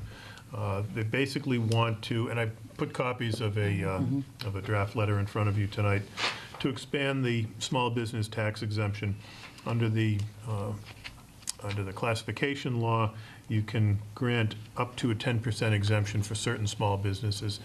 What the Dartmouth Board has put forth and is asking their legislators to support is an increase to 20% exemption on businesses valued up to $2 million rather than $1 million, and having up to 20 employees from the current 10 employees.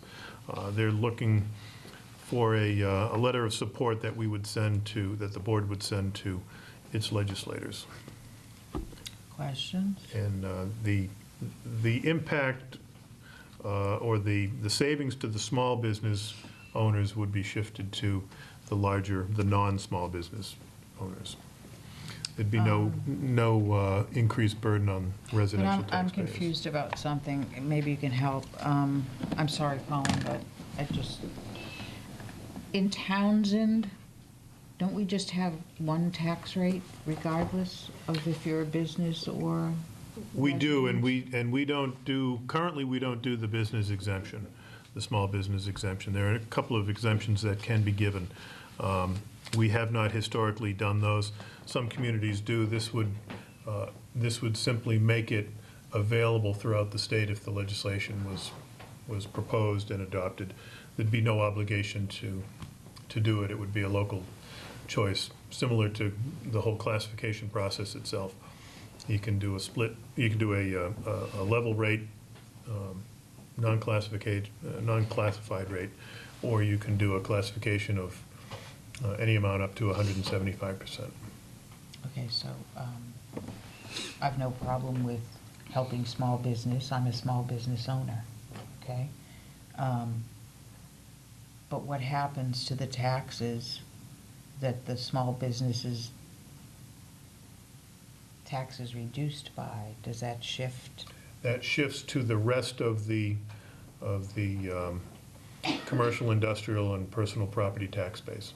And personal property tax base. Correct. So that means the larger companies and/or the residents of a town would pick that amount of money up. Right. The CIP would receive the shift. Yeah, I don't think I support that. Philosophically, I just don't support that. It's not so much, for me, it's not the larger businesses, it's the people that I have an issue with, so I agree with you. So. Okay. Okay. 3.9, review and discuss FY15 operating budget. Where did everybody go? Huh? It's just us. All right, so I distributed the budget to the board. I did talk about it the other night with the finance committee. It has. Fun? We'll have more fun this Thursday. I guarantee it. So the budget has changed from what we were looking at back in December. And I can give as many highlights or as few highlights as the board would like tonight. Back in December, when we had an initial budget target, we were estimating, making estimates on revenues, on local aid that we would receive, on local receipts, things like that. Some of those changed. We were also making estimates or projections on certain expenditures. The most significant of those would be the school assessments. Second to that would be employee health insurance. At the time, we were projecting an increase of 2% to our assessment from the schools. That changed. As you mentioned earlier, Sue, the North Middlesex assessment, or the North Middlesex budget was a 2.02% increase. However, because of the way the assessments are factored, the impact on us was a change of about $400,000, $406,000 increase over last year. Also, the Neshoba Tech School Committee approved a budget that was 5% higher than last year. That resulted in an increase in our assessment from them of about $75,000. So all told, with the two school assessments, our budget increased by about $475,000. I have a real problem with Neshoba going up by 5%. I mean, It's a bit of an issue in the whole region, and I know that Chelmsford, there's been some articles in the paper recently about Chelmsford officials being concerned about that as well. I almost 100% support the schools. Mhm. I cannot support 5% increase. I cannot.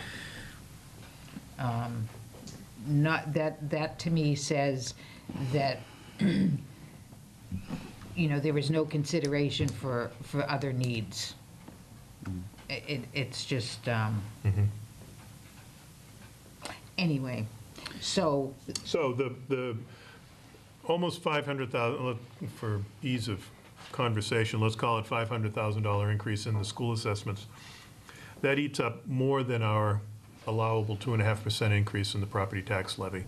Our Prop 2.5 increase comes to about $350,000 per year. So we're already in the hole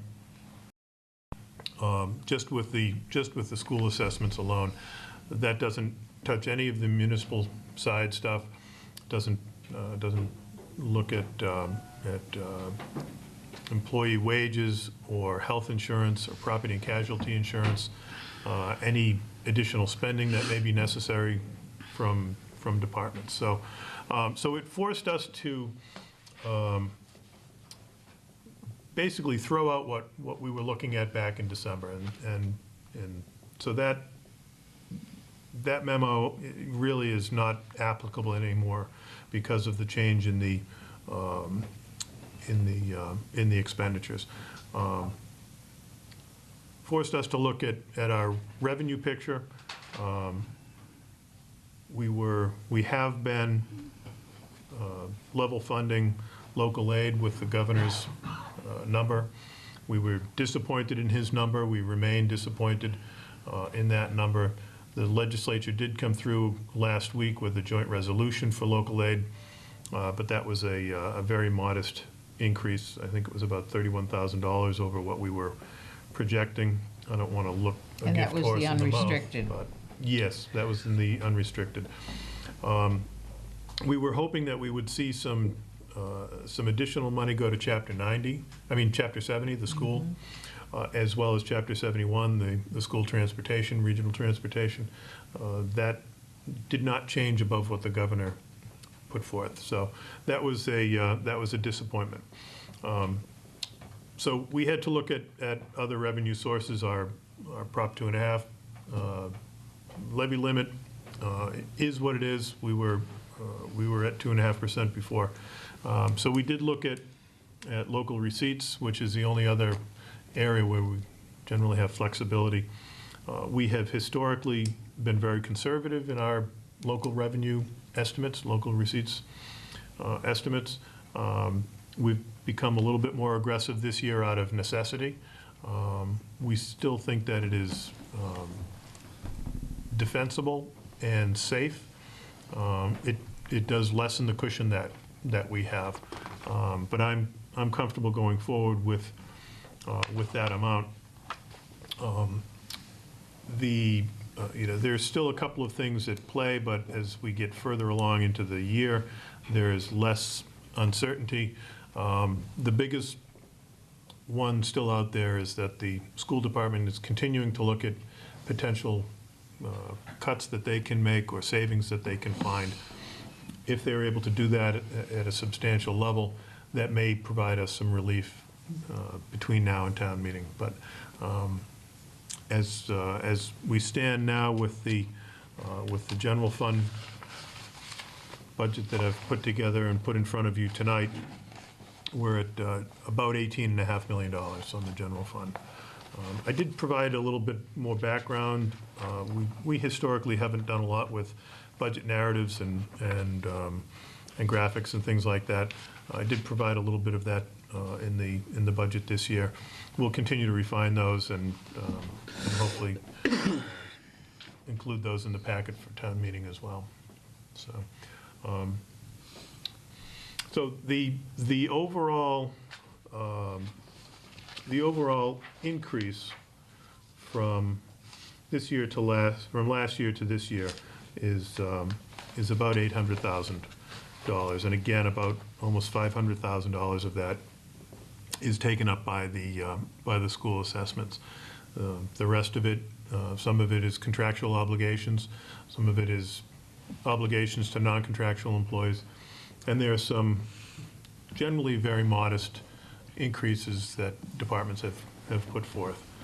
The Finance Committee began meeting with departments last week, meeting with the police chief, and that's going to continue over the coming weeks. Police and highway, right? We met with police. This week is Police, fire. highway, fire this week. So I'm confusing my capital planning and FinCom meetings. There's a lot of overlap in places. Yes, it is all a blur. So the Finance Committee is embarking on that process now, and you know, this budget is certain to change as we go forward, and we're also putting our health insurance out to bid this year to see what that brings for us. We're putting our property and casualty and liability insurance out to bid this year. We did that a couple of years ago and saved, I think, 30%, something like that, with the same carrier and the same agent. So I don't know if lightning strikes twice. I don't know if it does either, but you know, we have a balanced budget. We'd like to build in more cushion. So any reductions that we can make, we will make. There are also a number of expenditures that have not been included in the budget that, depending on how things play out, we might look to put back in. The chief has asked for additional turnout gear as part of his cyclical replacement program. There are a couple of other fairly modest changes that have not been factored in. I also talked last week about the issue with the Unitil gas bill and the undercharging. So we've had to look at our energy costs. We're still doing some additional analysis on that, primarily the energy in this building and the gas in this building. So we did throw an extra $15,000 into energy for facilities.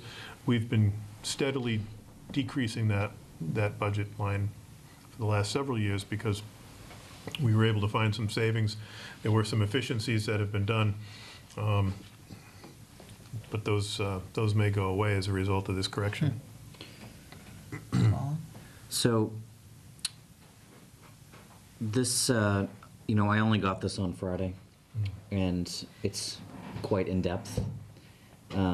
I would ask that maybe, because I haven't even had the chance to go over anything with Andy, because I haven't had time, I'd like to table this till the next meeting, considering it is going to change, and, you know, it is still a living document. Yeah, I don't know, do we need a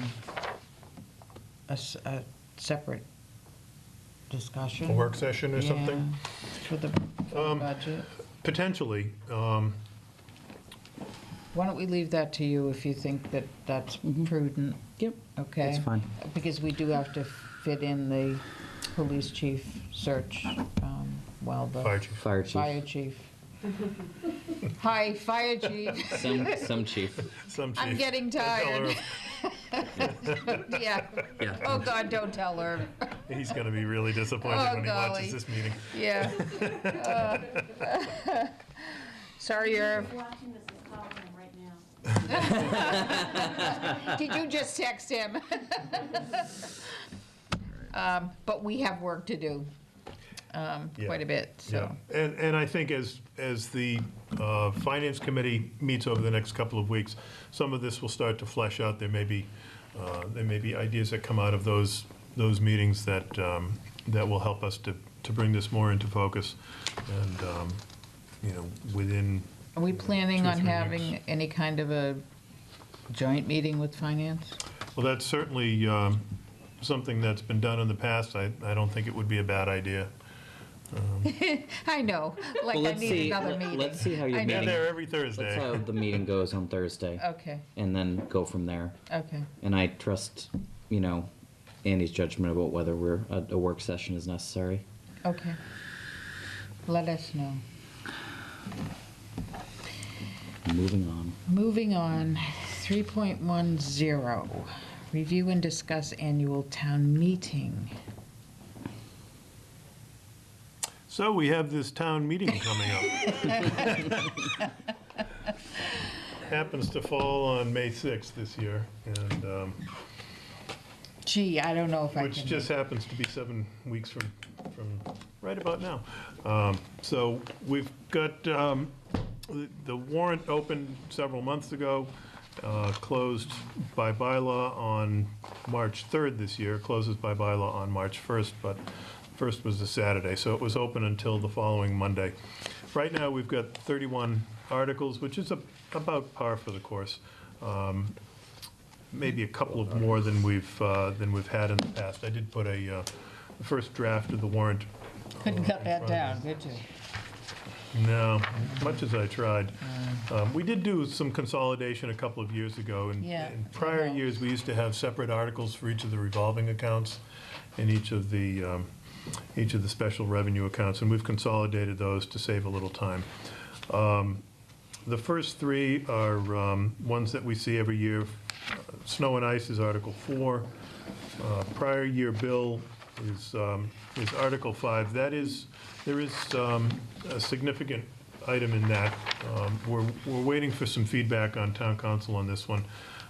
We had a breakdown between the treasurer's office and the Department of Unemployment Assistance, and that resulted in us underfunding our unemployment assessments, or not making payments on certain unemployment charges. So we've accrued a sum on that, and I forget the amount. It's around $40,000. So that will be, we believe that is going to be treated as a prior year bill, because some of the charges go back several years. We've consulted with town council to see if we're interpreting that correctly, but we think that we are. So that will be the most significant of the prior year bills. We usually get a few from office supplies or something like that trickle in. They typically don't amount to much. So one of the issues that, or one of the takeaways from this unemployment assessment is that we got caught when the Department of Unemployment Assistance went from sending paper bills to sending electronic bills. And it's a fairly straightforward process to make sure that, if you want to continue to get a paper bill, that you can get a paper bill.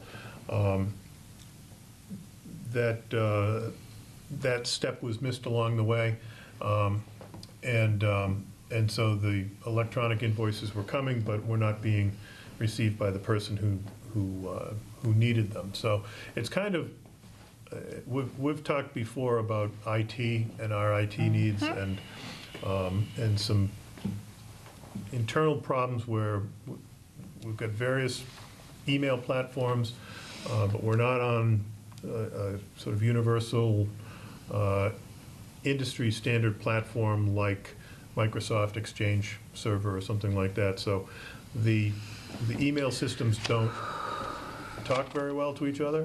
In some cases, almost don't talk at all. So we're looking at trying to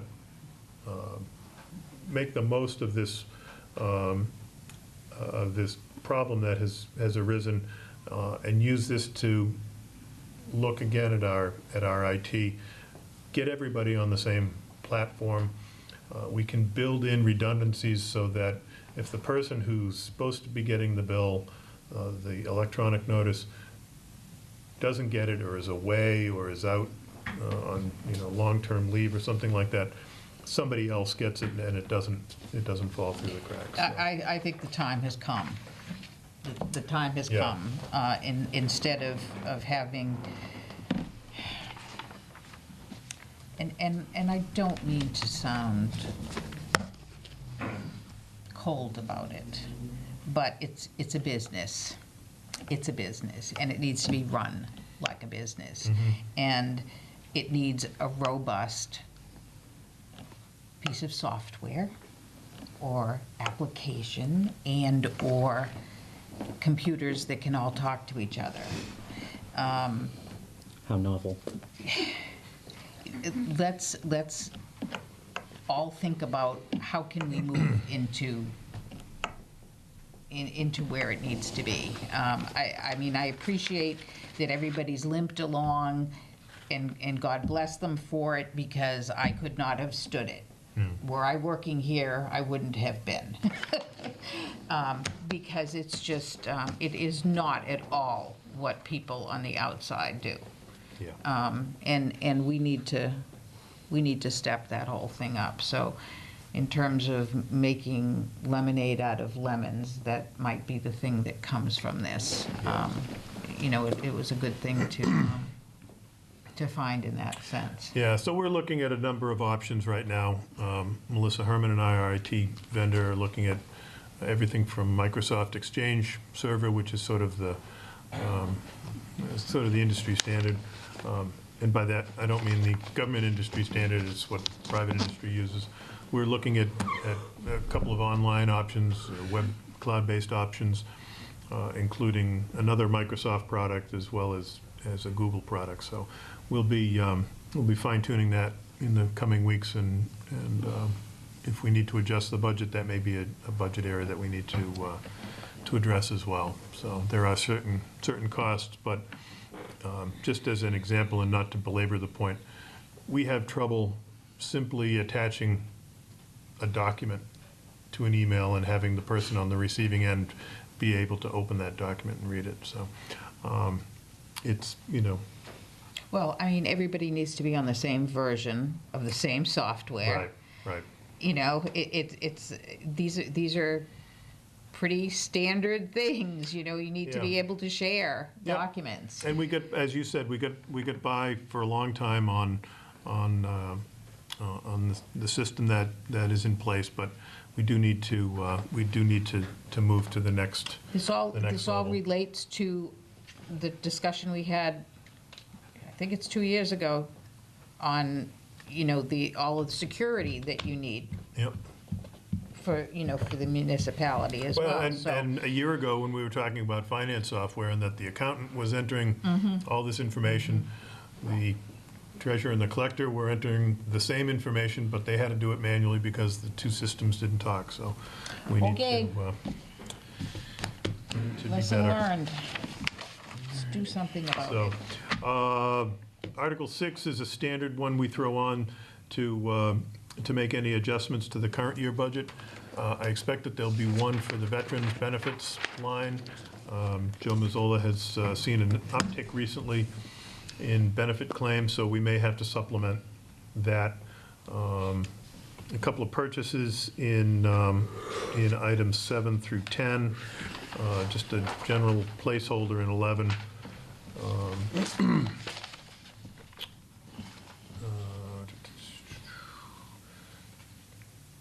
12 and 11, which are numbered out of order, which is a good one to fix. Yeah, somebody might call us on that. Yeah, so the next two are the authorization of revolving and special revenue accounts that we see every year. 14 is the assessor's periodics, which is an annual one. 15 is for transfer out of capital stabilization to pay debt service.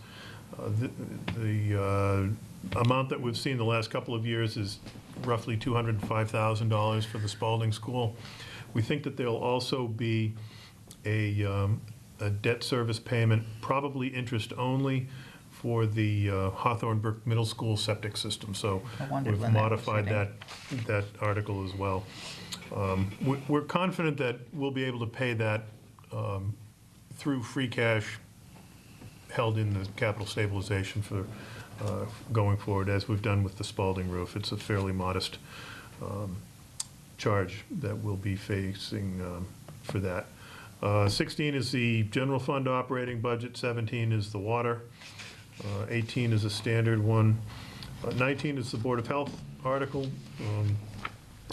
Until and unless they withdraw that, that will remain on the warrant. 20 is the Rec Commission item that we talked about 9 or 10 hours ago, it seems like. The 21 is just to put money into stabilization if we feel that we have funds to put there. Capital stabilization is 22. Capital plan is, funding for the capital plan is 23. That one, if we do decide to go and borrow for that, that will morph into a borrowing authorization as well. 24 is one that we talked about a while ago, which is a sort of standalone article to fund road improvements, and that will depend in large part on what we have available in free cash and what we're comfortable freeing up for that purpose. I should also add that we could roll that into the borrowing if we wanted to.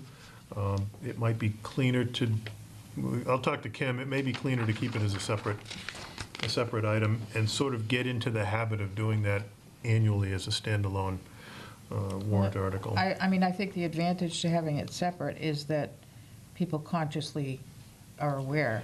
Right. Yeah, I agree. That's what we're doing. If they want to say no, they say no, and road paving, everybody drives, so everybody understands potholes and things like that. So Article 25 is a borrowing authorization for Neshoba Tech for their roof project. That's an MSBA project at 52% reimbursement. Article 26 is the fire station. Article 27 is a request, we have this on fairly commonly for a small transfer from free cash into the Conservation Commission's land fund. They have spent a little bit in the last year or so on appraisals, so they've asked to have that supplemented. Article 28 is a request from the town clerk. 29 we've set aside as a capital planning article, consistent with what we talked about earlier. And then 30 and 31 are articles to transfer land or authorize the sale of land from the Conservation Commission to the state. We had those on last year, and they ended up not being ready, or the state didn't have the funding at the last second, so those were taken off. The state appears to have the funding again, so we're putting those back on. So that is that's what we've got for now. I'm not sure that we'll have more articles coming on. We may have one or two that come off. We'll certainly have some that And what change. about the one that Colin mentioned? For the capital? There's one. That's that in there in a very rudimentary form. I think it's 28, 29. isn't it? Or 29. Oh. 29. So we'll play around with that a little bit. Okay. Oh, you had put that in reflect there. that. Yeah. Had a hunch. You've been hunching.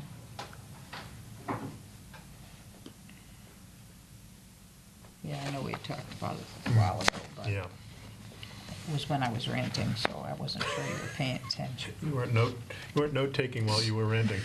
That's why we're here. Okay. In the home stretch. 4.1, approve the following reappointments to Town Properties Committee for terms from March 1st, 2014 to February 28th, 2015. I'll let you read them in the motion, Colin. I move that we approve the following reappointments to the Town Properties Committee for terms from March 1st, 2014 to February 28th, 2015. Karen Chapman, Laura Schifrin, Kevin Smith, Alice Struthers, Andrea Wood. Second. Those in favor? Aye. Aye. 4.2, reappoint Joseph Mazzola as Veterans Services Officer for a term from April 1st, 2014 to March 31st, 2015. I move that we reappoint Joseph Mazzola as Veteran Service Officer for a term from April 1st, 2014 to March 31st, 2015. All those in favor? Aye. Aye. 4.3, review request from the Conservation Commission to appoint John Hussey to the Conservation Commission for a term from March 18th, 2014 to June 30th, 2016. I move that we approve a request from the Conservation Commission to appoint John Hussey to the Conservation Commission for a term from March 18th, 2014 to June 30th, 2016. Second. All those in favor? Aye. Aye. Review request from Fire EMS Chief Don Klein to appoint Curtis Trahey as a call firefighter with a term from March 18th, 2014 to June 30th, 2014. I move that we approve a request from Fire EMS Chief Don Klein to appoint Curtis Trahey as a call firefighter with a term from March 18th, 2014 to June 30th, 2014. Second. All those in favor? Aye. Aye. 4.5, review request from the Cultural So Council. that's one we took off. Oh, that's the one. You took it off, Take but you left it on. Right. Isn't that how it You works? didn't even cross it out. I got him next. You go next. I know, I got it You next. X'd, oh, you got an X. I know, aren't I He special? got a green X. How Irish. Okay. Board of Selectmen updates and reports. I have none. I have two things. I want to congratulate the North Middlesex boys hockey team for winning the state championship. I went down to Springfield and saw the game. It was I'm proud of you. very You went one-sided. all the way to Springfield. Well, it was kind of a lopsided game. The boys team won 12-0. So, congratulations. I did wear my North Middlesex hat that I used to wear when I was on the hockey team in high school. I realized halfway through the game that it's actually older than most of the kids playing. So, the other thing I feel compelled to say is a shout out because of my Irish heritage about St. Patrick's Day. And I just want to share one of my father's favorite, Irish proverbs. As you slide down the banister of life, make sure the splinters are turned in the right direction. So that's all I've got. Aaron's just thinking about it. Okay, town administrator updates and reports. Just a couple of things. We've received a few calls as. Thanks. Good thing you're sitting between us. Don't put your coats on. Yeah. We've received a few calls about potholes and condition of roads. Just a few. Although it may seem like we're the only town with potholes and deteriorating road conditions, it is a widespread issue at this time of year. We were living a charmed life when the temperature didn't rise above 25 degrees for 2 months. Once it did, and once we got some rain, some of the frost started to come out of the ground, the days got longer, the sun got higher. That's what causes frost heaves and potholes. So bear with us. I talked to Ed Kukla today. His guys have put out 32 tons of patch this year. That's a lot of patch, and they do it the right way. They have a hot box that they use, so they're putting down a hot mix, not just the cold Yeah, we're getting patch to that know we each other. I go by and Yeah. wave. And So it's it's only a 4-man crew. So they've put down a lot of material in the last really the last month or so is really when it's gotten worse. So we're doing the best we can, but it's one of the New England. Yeah, it's part of living in the northern U.S. So. And then the other thing, we sort of mentioned it earlier. I just want to, since he's still here, just acknowledge Chief Klein for his 40, how many years? 44? Roughly, yeah. give or take? God bless you. Give or take a few. 44 years on the fire department, and 7 as chief, so Thank he'll be you here so for another much. 11 days, so stop in and see him before he goes. Thank you so much for your Thanks, service to the town. Thank you very much. All right, now you can put your coats on. 5.3. Review and sign payroll and bills payable warrants. Make a motion that we sign the payroll and bills payable warrants out of session. I'll second that. All those in favor? Aye. I move to adjourn at 9:29. Second. All those in favor? Aye. Aye. Good night. Good night, 9:29 is folks. pretty